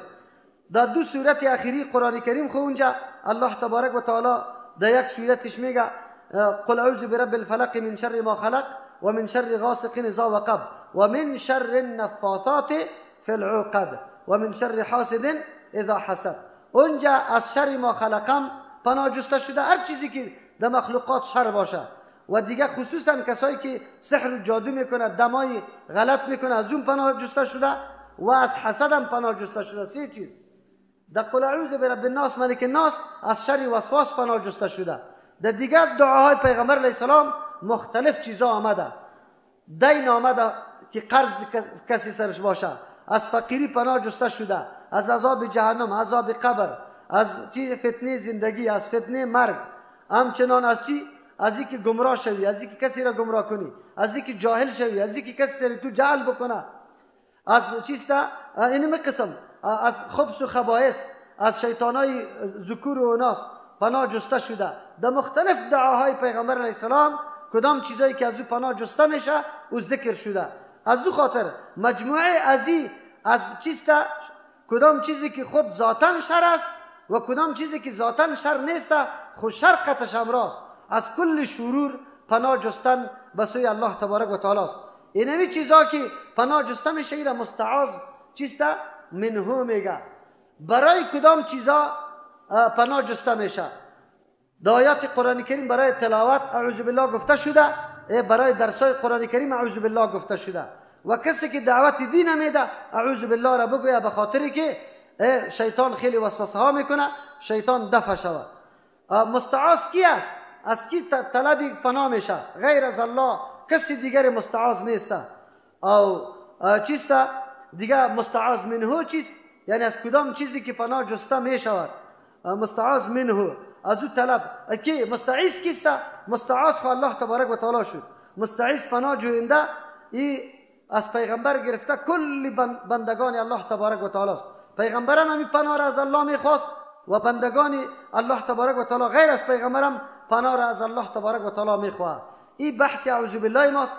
ترجمه شی طور است اعوذ بالله پناه میبرم یا پناه میگیرم به الله تبارک و تعالی من الشیطان الرجیم، از شر شیطان رانده شده. شیطان در اینجا چون خیلی زیاد مداخله میکنه که مردم با قرآن تعلق نداشته باشه، از او خاطر اونجا اعوذ بالله را اما قرین به امرای شر شیطان و چی است از او هم پناه برده شده که در وقت تلاوت قرآن یا در وقت تدریس قرآن وسوسه میکنه. یعنی چی است؟ یعنی کسی که استعاذه طلب میکنه مستعیذ کلگیست. حتی پیغمبرم در اینجا احتیاجات به الله داره که الله او را نگاه بکنه، بغیر از او خود نگاه کردن نمیتونه. اینی بخش استعاذه بود که اعوذ بالله در سر قرآن گفته شود. دیگه اختلافات هم خیلی زیاد است، مسائل کوتاه‌تر میگیریم. پس بر ما و شما واضح شد که تعویض هم بهتر است که آدم استفاده نکنه. اگر استفاده میکنه مراعات و شرایط بکنه، در غیر از اون نادرست است. و چیست دم و تارا را کنجتا را در گردن و در دستا کردن، این به طریق مطلق نادرست و نارواست. هیچ کسی کارا را نکنه، الله نگاه کنه. چیزی تارا مارا را در گردن آدم نندازه. بسم الله الرحمن الرحیم دوم چیزی که در درس قرآن کریم پیش از تفسیر برای ما ضروری است، مسئله بسم الله است. در بسم الله الرحمن الرحیم هم تشریح زیاد نمی کنیم. این هم به نزد بعضی علما سنت است و بعضی علما خیلی ضروری میدانه. قول راجح است که سنت است. خب بسم الله چی است؟ آیت هست یا نیست؟ کل علما اتفاق داره که بعضی آیت هست. چرا؟ بعضی آیت سوره نمل است. زمانی که سلیمان علیه السلام خط و ملکه یا پادشاه بلقیس سبع نوشته کرده به نام بلقیس، در اونجا سلیمان علیه السلام در خطی طور نوشته کرده انه من سلیمان و انه بسم الله الرحمن الرحیم. اینی قدر گپ نوشته کرده بسم الله جزء آیت شده، پورا آیت هم نیست. چرا؟ پورا آیت انه من سلیمان قطعش آمده. خب همین جزء آیت هم آنقدر تاثیر بزرگ بالای ملکه بلقیس داره که هیچ چیستا ملکه سبع داره بلقیس که هیچ پرسان نکو. زمانی که خط مشاهده میکنه زنی خیلی هوشیار بوده، درک کرده که خط همونطور خط عادی نیست. از او خاطر مشوره از وزیرا و کلانای خود طلب کرده که چی معامله را انجام بده. وزیرا خود قوت خود دیده، نیروی خود دیده و سنجیده، فکر میکنه که ما خیلی تنومند هستیم، قوت داریم. کسایی که جدید پیدا میشه ما را به کدام طرف دعوت میده و جلوگیری ما را نمیتونه. از او خاطر مشوره جنگ برش میده. لیکن زن خیلی هوشیار بود، گفت نه تو نمیکنیم. اول امتحان میکنیم که کسی هست که دعوت به سوی دین الله میده یا نه که دعوت به سوی مادیات پرستی میده. سوغاتا را قطع قافله روان میکنه. سلیمان علیه السلام نمیگیره، به قافله میگه که ما زیاد داریم، ولیکن ما اینی چیزا را مطالبه داریم. بازو زن فهمیده بود، فهمید که این آدمی نیست که پاچا باشه منطقه را تسخیر کنه، بلکه این حامل یک پیام است.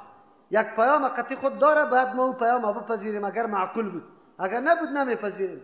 از او خاطر قطعی درباریای خود یک بلک لشکر آمد، به سلیمان علیه السلام تسلیم شد و ایمان آورد. این ملکه را الله تبارک و تعالی در قرآن هم ذکر کرده. و آل اینجا هم چیستا بسم الله الرحمن الرحیم در سر قرآن کریم ذکر میشه. آیا این آیت مستقل هست یا نه؟ یک تعداد علما میگه که قطعی هر سورت یک آیت سوره فاتحه هم است. به این نسبت باز آیات های قرآن کریم خیلی زیاد ها میشه. و بعضی میگه نه، تنها از سوره فاتحه جزش است، از دیگه سورت ها جز نداره. یعنی از سوره فاتحه جزش است، 7 آیت در وقتی تکمیل میشه که بسم الله را بگویی.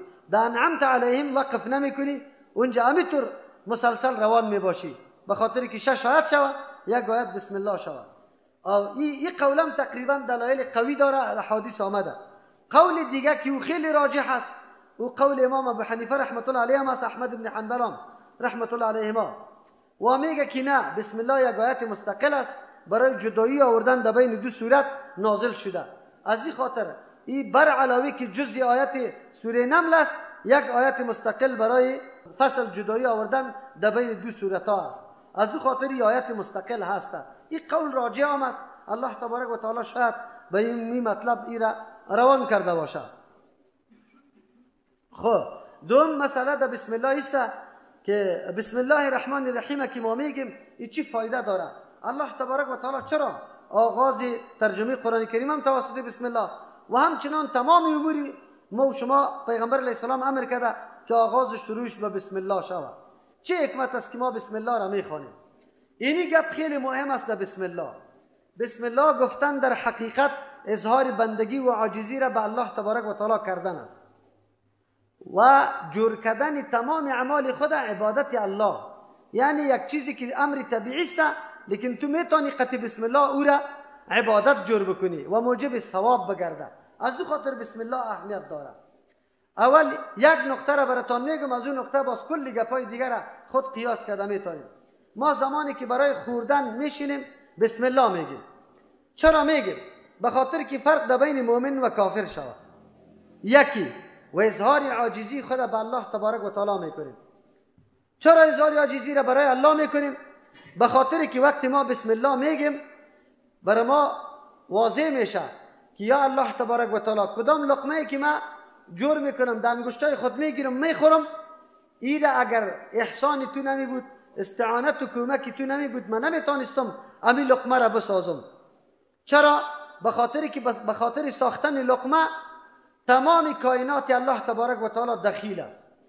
فضا دخیل است، آب و هوا دخیل است، آب دخیل است، زمین دخیل است، آسمان دخیل است، آفتاب و مهتاب دخیل است، آینگر بگوی نجار و نانبای و آتش و چوب و این کلی گپا دخیل است. چرا که یک لقمه را آدم به دست میاره باید زمین بکاری، در اونجا دانه را چی بکنی؟ پنهان کنی، قلبه کنی، بعد از او خوشه بکشه، پس از او امطور نمو بکنه و بعد از او دانه بگیره، بعد از او خرمن کنی، پس از او بازار کنی، پس از او در تنور پخته شود تا که لقمه برای تو تیار شود.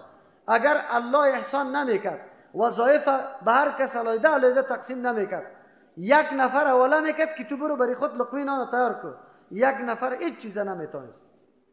امی لقمه نان قطعا تیار کردن نمیتونست. چرا؟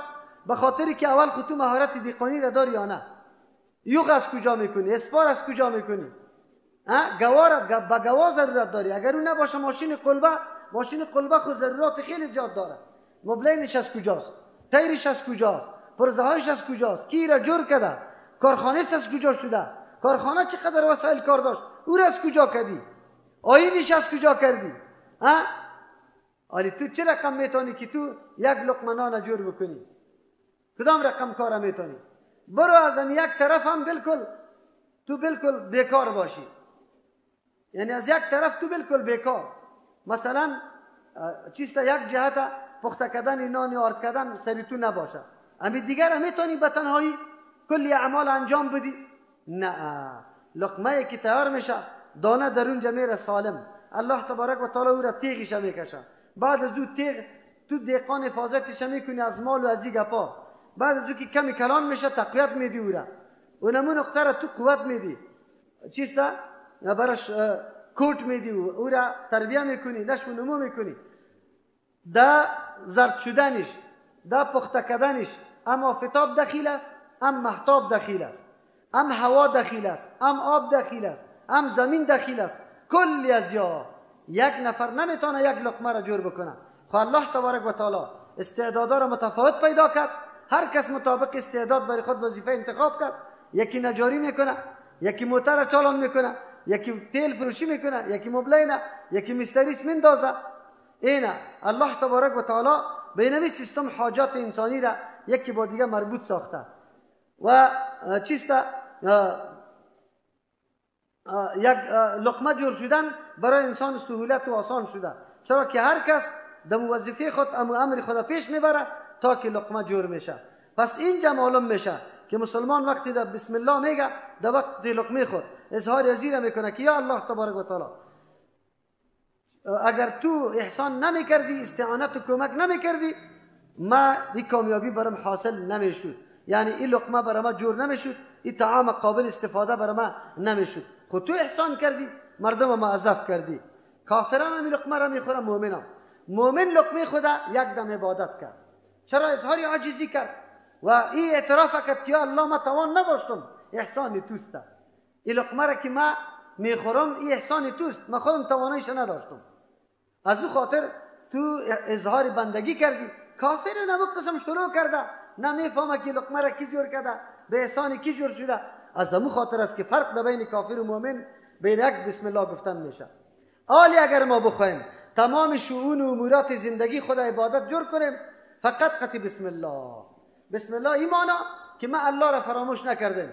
اگر ما از خانه میبریم بسم الله، اگر داخل میشم بسم الله، مسجد داخل میشم بسم الله، میبریم چی؟ بسم الله. همه حرکتی ما، کردار ما آغاز یا شروعش توسط بسم الله شده. از او خاطر کلی حرکت و فعل مرا الله تبارک و تعالی در چی حساب میکنه؟ بگوی الله تبارک و تعالی احسان کرده، در عبادت حساب میکنه، الله برات اجر میده. پس وقتی که در عبادت حساب میکنه توسط یک بسم الله گفته میتونیم که بسم الله خاک زر میگردانه؟ میگردانه نمیگردانه؟ بله، اگر خاک باشه زر میگرده. یک انسان تنها و تنها نعوذ بالله دور از مسجد در قضای حاجت میره، لیکن قبل از اینکه داخل تشناب میشه در یادش میاد پیغمبر علیه السلام چی گفته؟ اول بسم الله گفته، بعد از چی گفته؟ اللهم انی اعوذ بک من الخبث والخبائث. امور طبیعی تو عبادت جور میشه، الله برات اجر میده. تو انسان الله آگاه میسازه، تو اظهار عاجزی میکنی که یا الله ما بنده توستم، در اینجا بنده توستم، در بازار که دکان دروازه شواز میکنم من بسم الله میگم، اونجا بنده توستم، در مسجد که میرم من بسم الله میگم بنده توستم، در هر معامله خود بنده توستم. معلوم شد که مؤمن چقدر نیاز و ضرورت به کی داره؟ به بسم الله داره. او بدون استعانت و توفیق الله هیچ کاری شده میتونه؟ بگه شده میتونه؟ نمیتونه. از او خاطر مفسرین نوشته میکنه که با برای استعانت است. اگر برای استعانت بگیریم معنایی میشه که الله ما را مامور میسازه قولوا بسم الله الرحمن الرحیم، یعنی بگوی با کمک و استعانتی که نام الله تبارک و تعالی هر کاری را که اراده داری شروع میکنه. یعنی ما مامور هستیم که در شروع هر کاری خود به نام الله تبارک و تعالی شروع کنیم و بسم الله بگوییم. پس مؤمن به بسم الله بسیار نیاز داره و بسم الله است که هر عمل از این عبادت جور میکنه، موجب ثواب میسازه و توسط از اظهار بندگی و عاجزی برای الله تبارک و تعالی میشه. از همون خاطر است که مؤمن در کل شؤون زندگی خود به کی ضرورت داره؟ بسم الله. خواب میکنی، اگر از خواب بیدار میشی، اگر در کدام چیزی دست میزنی، کلی از بسم الله است. از او خاطر بسم الله از فواید دیگری که داره است. کسی که شب باشه آب میپرته، از بیرون از خانه میشی، قدم میگذاری، در ویرانه ها و در جاهای خرابه میری، اگر بگوی باز دیگه کلی چیزا مسئول میشه، جنیات منیات در اونجا آمده نمیتونه. از همون خاطر از پیغمبر علیه السلام میگه شام وقتی دروازه تانم پیش میکرده چی باید بگوی؟ بسم الله بگوی. حتی زن سیاسر زمانی که سرپوش دیگ خدا سر دیگ میگذاره چی باید بگوی؟ بسم الله بگوی. شیطان در اونجا باز چی نمیتونه؟ بگوی داخل شده نمیتونه. در یک موقع پیغمبر علیه السلام سری چیز سوار بود، سری شتر یا اسب سوار بود. او یک کمی چی کرد؟ ما ټکور میگیم، یعنی پایش بند شد قریب که حیوان پیغمبر علیه السلام بندازه. باز یک صحابی گفت که چی هست؟ لعنت سر شیطان باشه، تعس الشیطان، هلاک باشه شیطان. پیغمبر علیه السلام میگه کی گپ نزن، این تور گپ نزن. چرا؟ وقتی کی تور گپ بزنی شیطان دیگه هم قوی میشه، دیگه هم خوش میشه. کسی کو مردم ها از ما حراس داره و مرا میگه کی هر کار شیطان میکنه. نه، شما وقتی کی تور گپ میشه بسم الله بگو، به خاطر که وقتی بسم الله را میگه شیطان آنقدر ذوب میشه، خرد میشه که دیگه چیزی باقی نمیمانه. از همون خاطر است اگر حتی مسئله بسم الله در بسیار امور زندگی ما و شما در دعای اذکار آمده که در اونجا بسم الله گفته شده و او را یاد بگیریم. ثمره و نتیجه بسم الله گفتن چیست؟ توحید در استعانت. ما در طلب کمک خود فقط و فقط کمک از کی میخوایم؟ از الله که در ایاک نستعین انشاءالله تشریح میشه. البته استعانت ما تحت الاسباب نمیگه، چی رو میگه؟ ما فوق الاسباب. در اینجا استعانت تنها از الله تبارک و تعالی طلب میشه، نه از کسی دیگه. پس وقتی کمک در بسم الله همین درس برای ما داده میشه که ما کمک از الله طلب بکنیم. خیر چرا ما مردم ما از قبرها طلب میکنن، از بزرگا و اولیاء طلب میکنن؟ اینجاست که قطع بسم الله عقیده تو در تکر میشه اگر حقیقت بسم الله را ندانی. بای بسم الله که برای استعانت شوه معنی میده که خاص به نام الله تبارک و تعالی چی میکنیم؟ بگه استعانت طلب میکنیم، کمک طلب میکنیم. یک موضوع. اگر برای الصاق بگیریم یا مصاحبت پیوست بودن، معنیش این میشه که ما فقط و فقط به نام الله پیوسته هستیم، از غیر الله مکمل چی کردیم؟ بریدیم. اونو وقت توحید آدم کامل میشه که به یک الله پیوست شوی، یعنی فقط رابطه تا با الله قایم بکنی، اونو وقت تو کامیاب و رستگار میشی، موحد بزرگ میشی. اگر نیکی به یک الله پیوست نشده ای، رابطه تو با غیر الله تبارک و تعالی است، الله رحم بکنه. مثل مسلمانان امروز باره هم با الله رابطه داره، نماز میخونه، خو لیکن در وقت مشکلات و حاجتها به غیر الله آواز میده، قبرها را طواف میکنه، نظر به نام دیگران میکنه. از او خاطر چیسته او باز عقیده توحید خالص نداره. الله برش رحم بکنه اینطور مردما را که درک بکنه. بسم الله برای ما و شما این درس میده که توحید در الصاق یا پیوست بودن به الله. سوم معنا با برای تبرک است. الله تبارک و تعالی امر میکنه که شما شروع کنی در حالی که برکت حاصل کردنی باشه، چیسته بالای نمی پول که برکت حاصل کردنی باشه با نامه های الله تبارک و تعالی. از امو خاطر با برای برکت است دیگه. معنی طور میشه که ما تبرک حاصل میکنیم تنها به نام الله تبارک و تعالی، نه به نام های کسی دیگره. از او خاطر برکت حاصل کردن توسط نام الله تبارک و تعالی میشه، یعنی به خاطر که در نام های الله خیر کثیر است، ما مامورم به او شدیم. در بسم الله یعنی توحیدا را برای ما نشان میده. بسم الله را چرا از کل قرآن کریم پیش ذکر میکنه؟ علما در این مورد میگه که خلاصه قرآن کریم مکمل در حوامیم 7 است. کدام صورت هایی که اولش حامیم داره دو است. بعد از او خلاصه قرآن کریم در سوره فاتحه ذکر است، یعنی به طریق اجمال کل مطالب و مقاصد قرآن در سوره فاتحه است. و بعد از او به طریق خیلی اجمال همین مطالب سوره فاتحه در بسم الله الرحمن الرحیم ذکر است. دو وجه برشان بیان میکنیم که چه رقم بسم الله تمام مضامین قرآن در او ذکر است. امام رازی رحمت الله علیه یک مفسر مشهور است، اگرچه تفسیرش میگه که کل شی دو است، تفسیر دو نیست، جامع خشک‌تر است، اما چیز جمع کرده. خو لیکن در تقسیم مضامین قرآن خوب طرز العمل داره و میگه کدام سورتایی که به الحمدلله شروع میشه مضمون قرآن هم شروع میشه. مضمونی که از الحمدلله تا سوره انعام است در اینجا مضمون خالقیت الله بیان میشه. در چی است؟ از سوره انعام تا سوره کهف مضمون چی؟ تربیت الله، که تربیت دهنده الله تبارک و تعالی است. از سوره کهف تا سوره فاطره مضمون چی؟ احوال قیامت بیان میشه. البته او دو جز داره، یکی نفی شفاعت قهری است، از او خاطر از سوره فاطر بیان نفی شفاعت قهری است، در صورت دیگهش چیست؟ احوال قیامت بیان میشه. احوال قیامت شامل بسیار موضوعات است. امی 4 موضوع در سوره فاتحه است. الحمدلله در اینجا مسئله خالقیت بیان شده، در رب العالمین موضوع تربیت است، در الرحمن الرحیم موضوع رزاقیت است و در مالک یوم الدین موضوع احوال قیامت است. دو موضوعات موضوع رزاقیت نگفتیم، راست میگه. از سوره کهف تا سوره فاطره موضوع رزاقیت یعنی رحمان الله تبارک و تعالی است. روزی را او داده، الله تبارک و تعالی کسی دیگر روزی داده نمیتونه. از امو خاطر است که 4 موضوع در سوره فاتحه آمد. هر 4 موضوع در بسم الله الرحمن الرحیم است. بسم الله که گفتیم به نام الله شروع میکنیم، یعنی خالقم الله است یکی. خب دوم موضوع تربیت در بسم الله الرحمن الرحیم در رحمان ذکر شده، چرا که تربیت و رزاقت هر دویش یکی با دیگر لازم است. تربیت یک کسی وقتی میشه که تو تربیت جسم و روح هر دویش بکنی و تربیت روح توسط رحمان شده. و همچنان در اینجا مضمون برکت هم است، چرا که مضمون برکت هم است به خاطر که در الرحیم الله تبارک و تعالی برکت هم بنده ها میده. و مضمون آخرت هم در کلمه رحیم ذکر شده، چرا که در اونجا رحم الله خاص است برای مؤمنان، برای کفار نیست. پس در حقیقت موضوعات سوره فاتحه بسم الله الرحمن الرحیم ذکر شده به طریق اجمال. از او خاطر بسم الله را قبلا هم ذکر میکنه. دوم است که تلاوت قرآن یا ترجمه و تفسیر و تعلیم قرآن یکی از امور خیلی مهم است. در این جگه استعانت الله، توفیق الله نباشه دیگه هیچ انسان کامیاب شده نمیتونه، چرا که برکت الله تبارک و تعالی مندازه.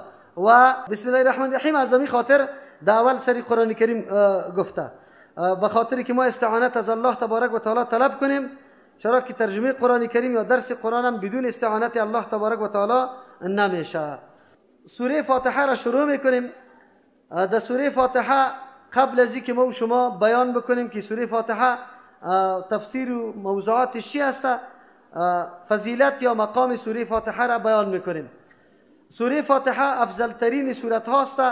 یقینا در مورد فضایل سورت ها احادیث مختلف میاد، بعضی احادیث خیلی ضعیف هم می باشه، لیکن در مورد سوره فاتحه احادیث خیلی قوی وجود داره که مقام و منزلت سوره فاتحه را برجسته می سازه.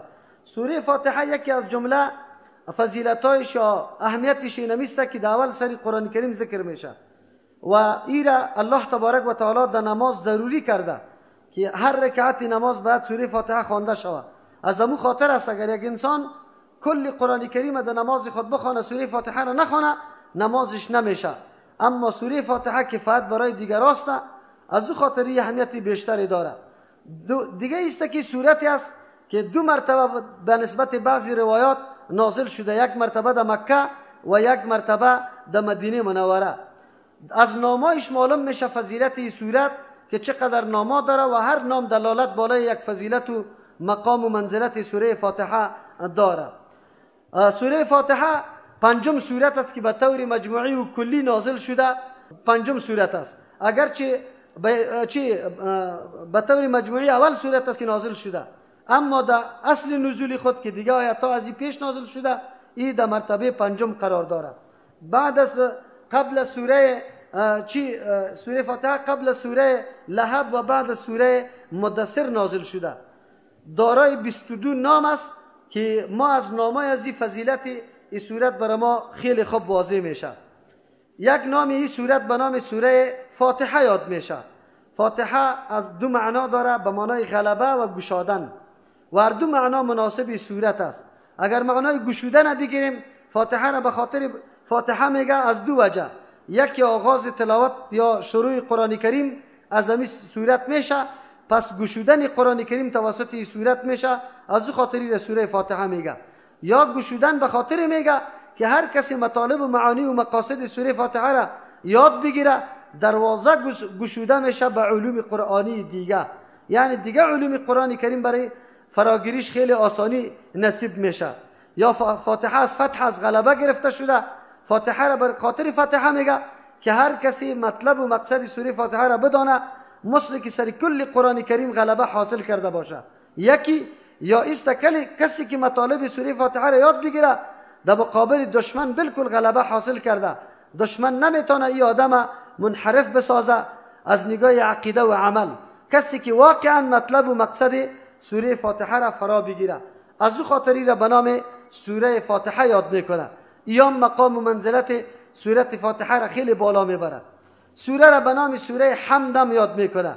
حمد ثنا گفتن الله را میگه، در اینجا ابتدا و آغاز توسط حمد شده که میگم الحمدلله، یعنی در اینجا صفات کامل یا ثنای کامل الله تبارک و تعالی گفته شده. رب العالمین، الرحمن الرحیم، مالک یوم الدین، کلش صفاتای الله تبارک و تعالی است. از او خاطر سورت به نام سوره حمد میگه. این سورت به نام سوره شکر هم یاد میکنه. چرا؟ به خاطری که شکر سپاسگزاری یا قدردانی یک کسی را که نعمت بری تو کرده، احسانی که بری تو کرده تو قدرش میکنی، این را به نام شکر یاد میکنه. این شکر سه قسم است. یکی که در دل تعظیم یا بزرگواری کسی را داشته باشی، این را شکر قلبی میگه. یکی که به زبان خوبی از او را بیان کنی در پیش مردم، این را شکر لسانی میگه. یکی است که توسط اعضای، مثلا توسط دست پایپوش از او را جور میکنی، قدرش میکنی، این را به نام شکر چیست اعضا میگه. خب بزرگترین مرتبه از شکر زبانی است. چرا که زبان وقتی که توسط لسان تو ثنا و صفت یا قدر کسی را میکنی، این خیلی واضح است، مردم هر کس درک میکنه، معلوم میشه برش، خبردار میشه. از او خاطر شکر لسانی قوی است از دیگه شکرها کرده.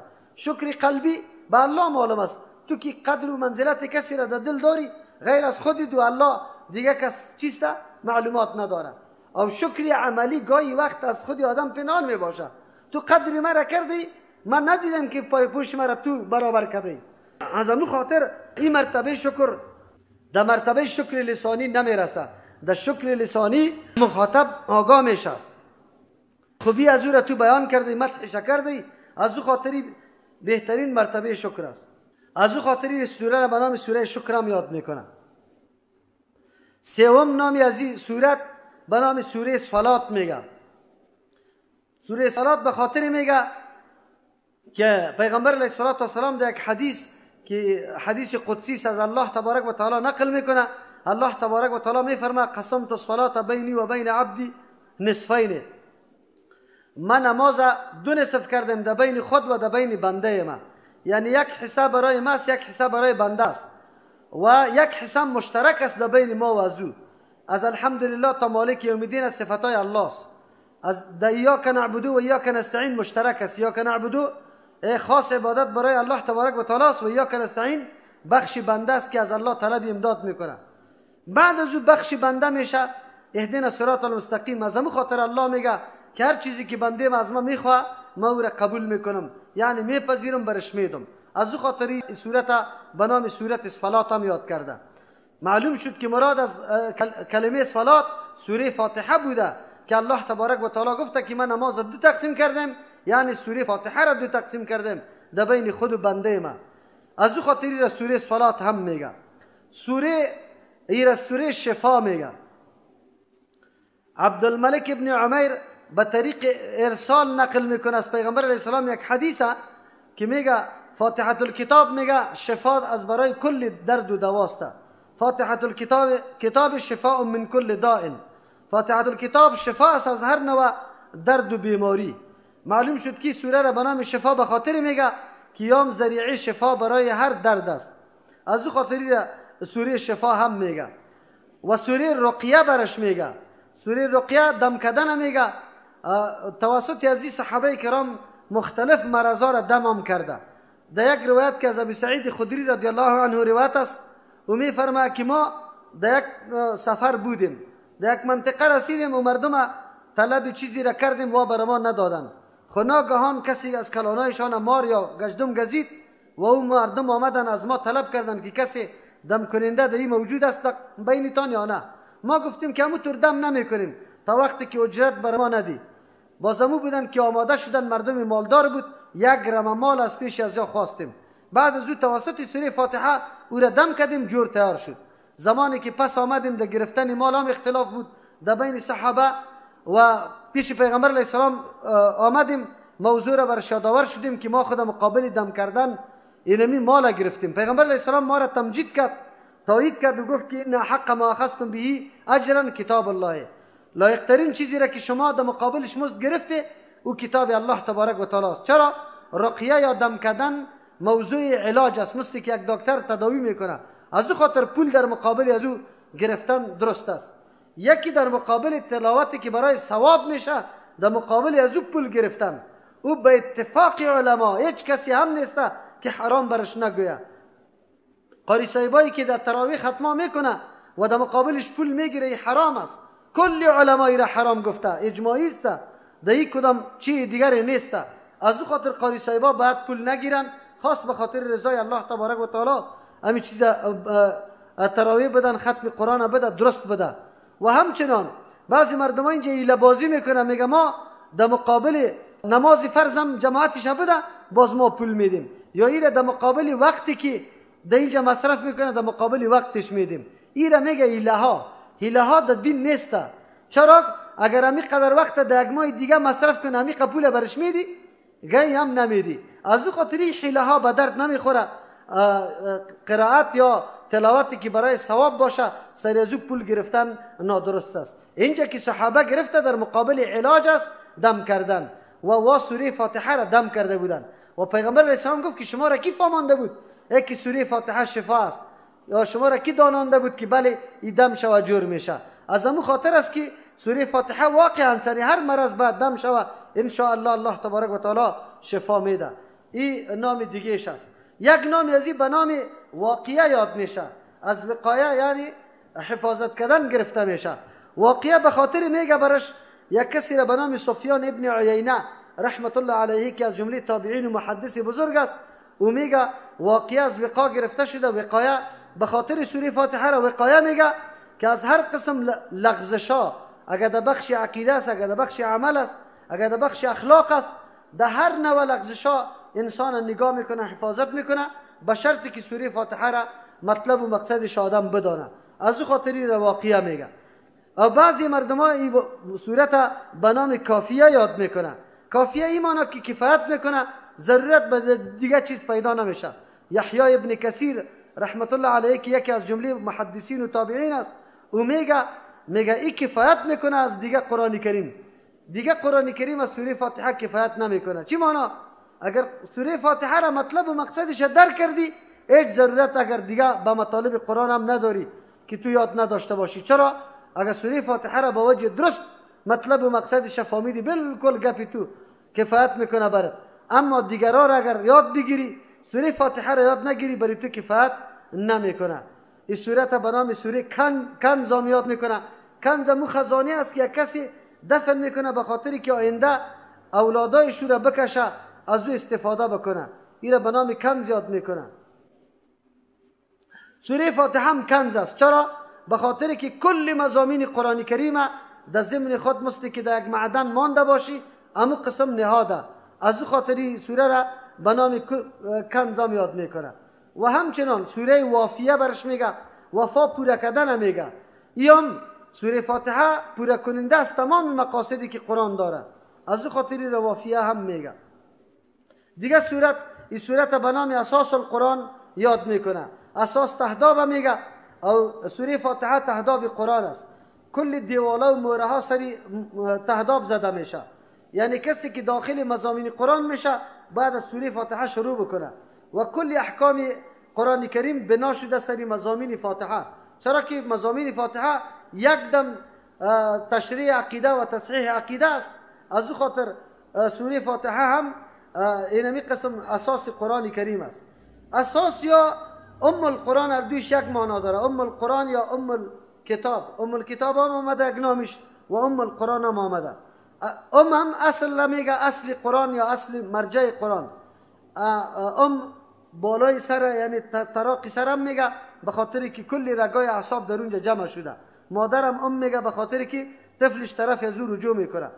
کل مضامین قرآن کریم رجوعش طرف سوره فاتحه است. یعنی اجمالا مضامین در اینجا وجود داره. از او خاطر ام الکتاب یا ام القرآن می نامشه. همچنان یک نام خیلی مهم سوره فاتحه به نام تعلیم المسئله یاد میشه. تعلیم المسئله این معنی که ما طریقه سوال از الله تبارک و تعالی یاد میگیریم که چه قسم از الله بخواهیم. الله تبارک و تعالی در سوره فاتحه امی روش سوال کردن برای ما یاد داده. در سوره فاتحه اول ثنا و صفاتای الله تبارک و تعالی ذکر شده که را میگیم توسل به اسما و صفات الله تبارک و تعالی. و هر دعایی که انسان میکنه باید توسل به اسما و صفات الله بکنه. دعاهای قرآنی مکمل توسط اسما و صفات الله توسل شده. بعد از او ایاک نعبدو و ایاک نستعین اظهار عاجزی و اعتراف بندگی است. این را میگه یوم توسل مشروع است، توسل به عاجزی را میگه. دو قسم توسل در سوره فاتحه در اول ذکر شده. بعد از او مطلبی خیلی مهم خدا بعد آدم بخواه، آن مطلبی که یقینا رول داشته باشد در زندگی انسان. از او خاطر اینجا الحمدلله رول مهمی که داره هدایت است. اهدنا الصراط المستقیم از الله تبارک و تعالی آن چیزی که خیلی اهمیت داره برای بنده اونمور از الله تبارک و تعالی طلب میکنیم. بخش اهدنا الصراط المستقیم تشریح میکنیم که هدایت چقدر امر ضروری برای بندگان الله تبارک و تعالی است. پس بر ما طریقه سوال کردن معلوم شد که ما همیشه از الله میخواستیم یک چیزی را باید چیزی را بخوایم که خیلی مهم باشه و دیگه وقتی که میخوایم توسل بکنیم اسما و صفات الله تبارک و تعالی را و اظهار عاجزی و بندگی خدا بکنیم و بگیم که این عبادت یا الله خالص برای تو انجام دادیم، تو اینمی مشکل مرا حل بکو. اینی طریقه دعا یا نامش که تعلیم المسئله بوده. دیگر نام ازی به نام سبع المثانی یاد شده. سبع المثانی 7 آیت مکرر میگه. سوره فاتحه را به خاطر سبع المثانی میگه که 7 آیت است و مکرر خوانده میشه در هر رکعت نماز. اگرچه بعضی مکرر مراد از پیش نزول 2 دفعه نازل شده نمیگه که یکی چیسته در مکه مکرمه نازل شده و یک مرتبه در مدینه، لیکن این قول مرجوح است. قول راجح است که نه آیتای 7 گانی ازی در هر رکعت نماز مکرر خوانده میشه. از خاطر روی سبع المثانی میگه. قرآن عظیم هم میگه چرا در حدیث پیغمبر علیه السلام ایره قرآن عظیم هم خطاب کرده. سعید ابن المعلا رضی الله عنه میفرما که من یک روز در مسجد داخل شدم و وقتی که در مسجد داخل شدم نماز در گوشه نماز میخواندم. پیغمبر علیه السلام برای من آواز داد.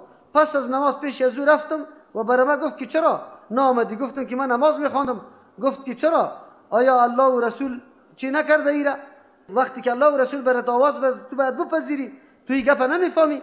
بعد از او گفت که قبل از اینکه از مسجد برای برای ما بگو که من یک چیزی برات میگویم. میگم ما وقتی که بیرون برآمدن شروع شد با پیغمبر علیه السلام یادآور شدم که یا رسول الله تو وعده کرده بودی که یک چیزی برای ما میگی.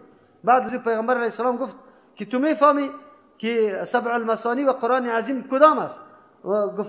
گفتم که الله و رسولش میدونه. گفت سوره فاتحه است. با کسی که سوره فاتحه علمش حاصل شود علم سبع المثانی و چیسته علم سبع المثانی برش حاصل است. از او خاطری سبع المثانی هم میگه، قرآن عظیم هم میگه. دیگه نامش به نام مناجات یاد میشه. سوره فاتحه یقینا مناجات راز و نیاز با امر الله تبارک و تعالی را میگه. معنا و مفهوم سوره فاتحه را که آدم بفهمه مکمل راز و نیاز است. الحمدلله رب العالمین صفات الله را کرده میری تا مالک یوم الدین. بعد از میگی یا که نعبدو خاص تو را عبادت میکنیم. مال عبادت ها اقسام داره هر کدام کی باشه. بعد از او اهدنا الصراط المستقیم برای درست مرا راهنمایی بکن. میگی این کمال چیسته نیاز اظهار نیاز است، حاجتمندی است برای الله تبارک و تعالی. از او خاطر سوره را به نام سوره مناجات هم یاد میکنه. سوره را دیگه به نام سوره تفویض یاد میکنه. تفویض میگه سپردن، هر چیز با الله حواله کردن. در سوره فاتحه امی گپ بری خود انسان شده. ایاک نعبدو میگی خاص تو را عبادت میکنیم و ایاک نستعین خاص از تو امداد طلب میکنم. تمام مشکلات خود حواله الله تبارک و تعالی میکنی. از همون خاطر انسان در عبادت خود به دو چیز ضرورت داره، خوف و رجا. ایاک نعبدو خوف است، ایاک نعبدو خاص تو را عبادت میکنم یا الله که تو قبول میکنی یا نمیکنی.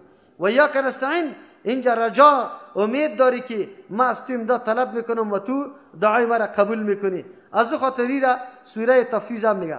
به نام سوره نور هم یاد میشه. در حدیث پیغمبر علیه السلام میفرما که در روز قیامت سوره فاتحه با امرای آل عمران میاد. در حدیث همی تو را میاد که ابشر بنورین، خوشخبری حاصل بکو بدون نور. اوتی تو هما که بری تو داده شده، لم یؤتهما که هر دویشان داده نشده ای نبیون به یک پیغمبر قبل که پیش از تو داده شده باشه. یکیش فاتحه الکتاب است، یکیش خاتمه سوره بقره است. یعنی خاتمه اولی چیسته سوره فاتحه و آخر سوره بقره در روز قیامت بالای خواننده ازی روشنی میکنه، یعنی می درخشه و راه را پیدا میکنه در روز قیامت. از او خاطر سوره را به نام سوره نور هم یاد میکنه. سوره سوال برش میگه چون این سورت مشتمل به سوال است. اهدنا الصراط المستقیم از او خاطر سوره سوال میگه. و همچنان سوره شافیه برش میگه. یکی شفا بود مصدر، یکی شافیه یعنی شفا دهنده. منظور است که الله تبارک و تعالی توسط اینمی چیسته قرآن کریم برای شما شفا میده. یعنی یکی از اسباب و وسایل شفا که در اونجا صحت عقیده و عمل است، اینمی ترجمه قرآن کریم است که الله نصیب کلگی بگردانه.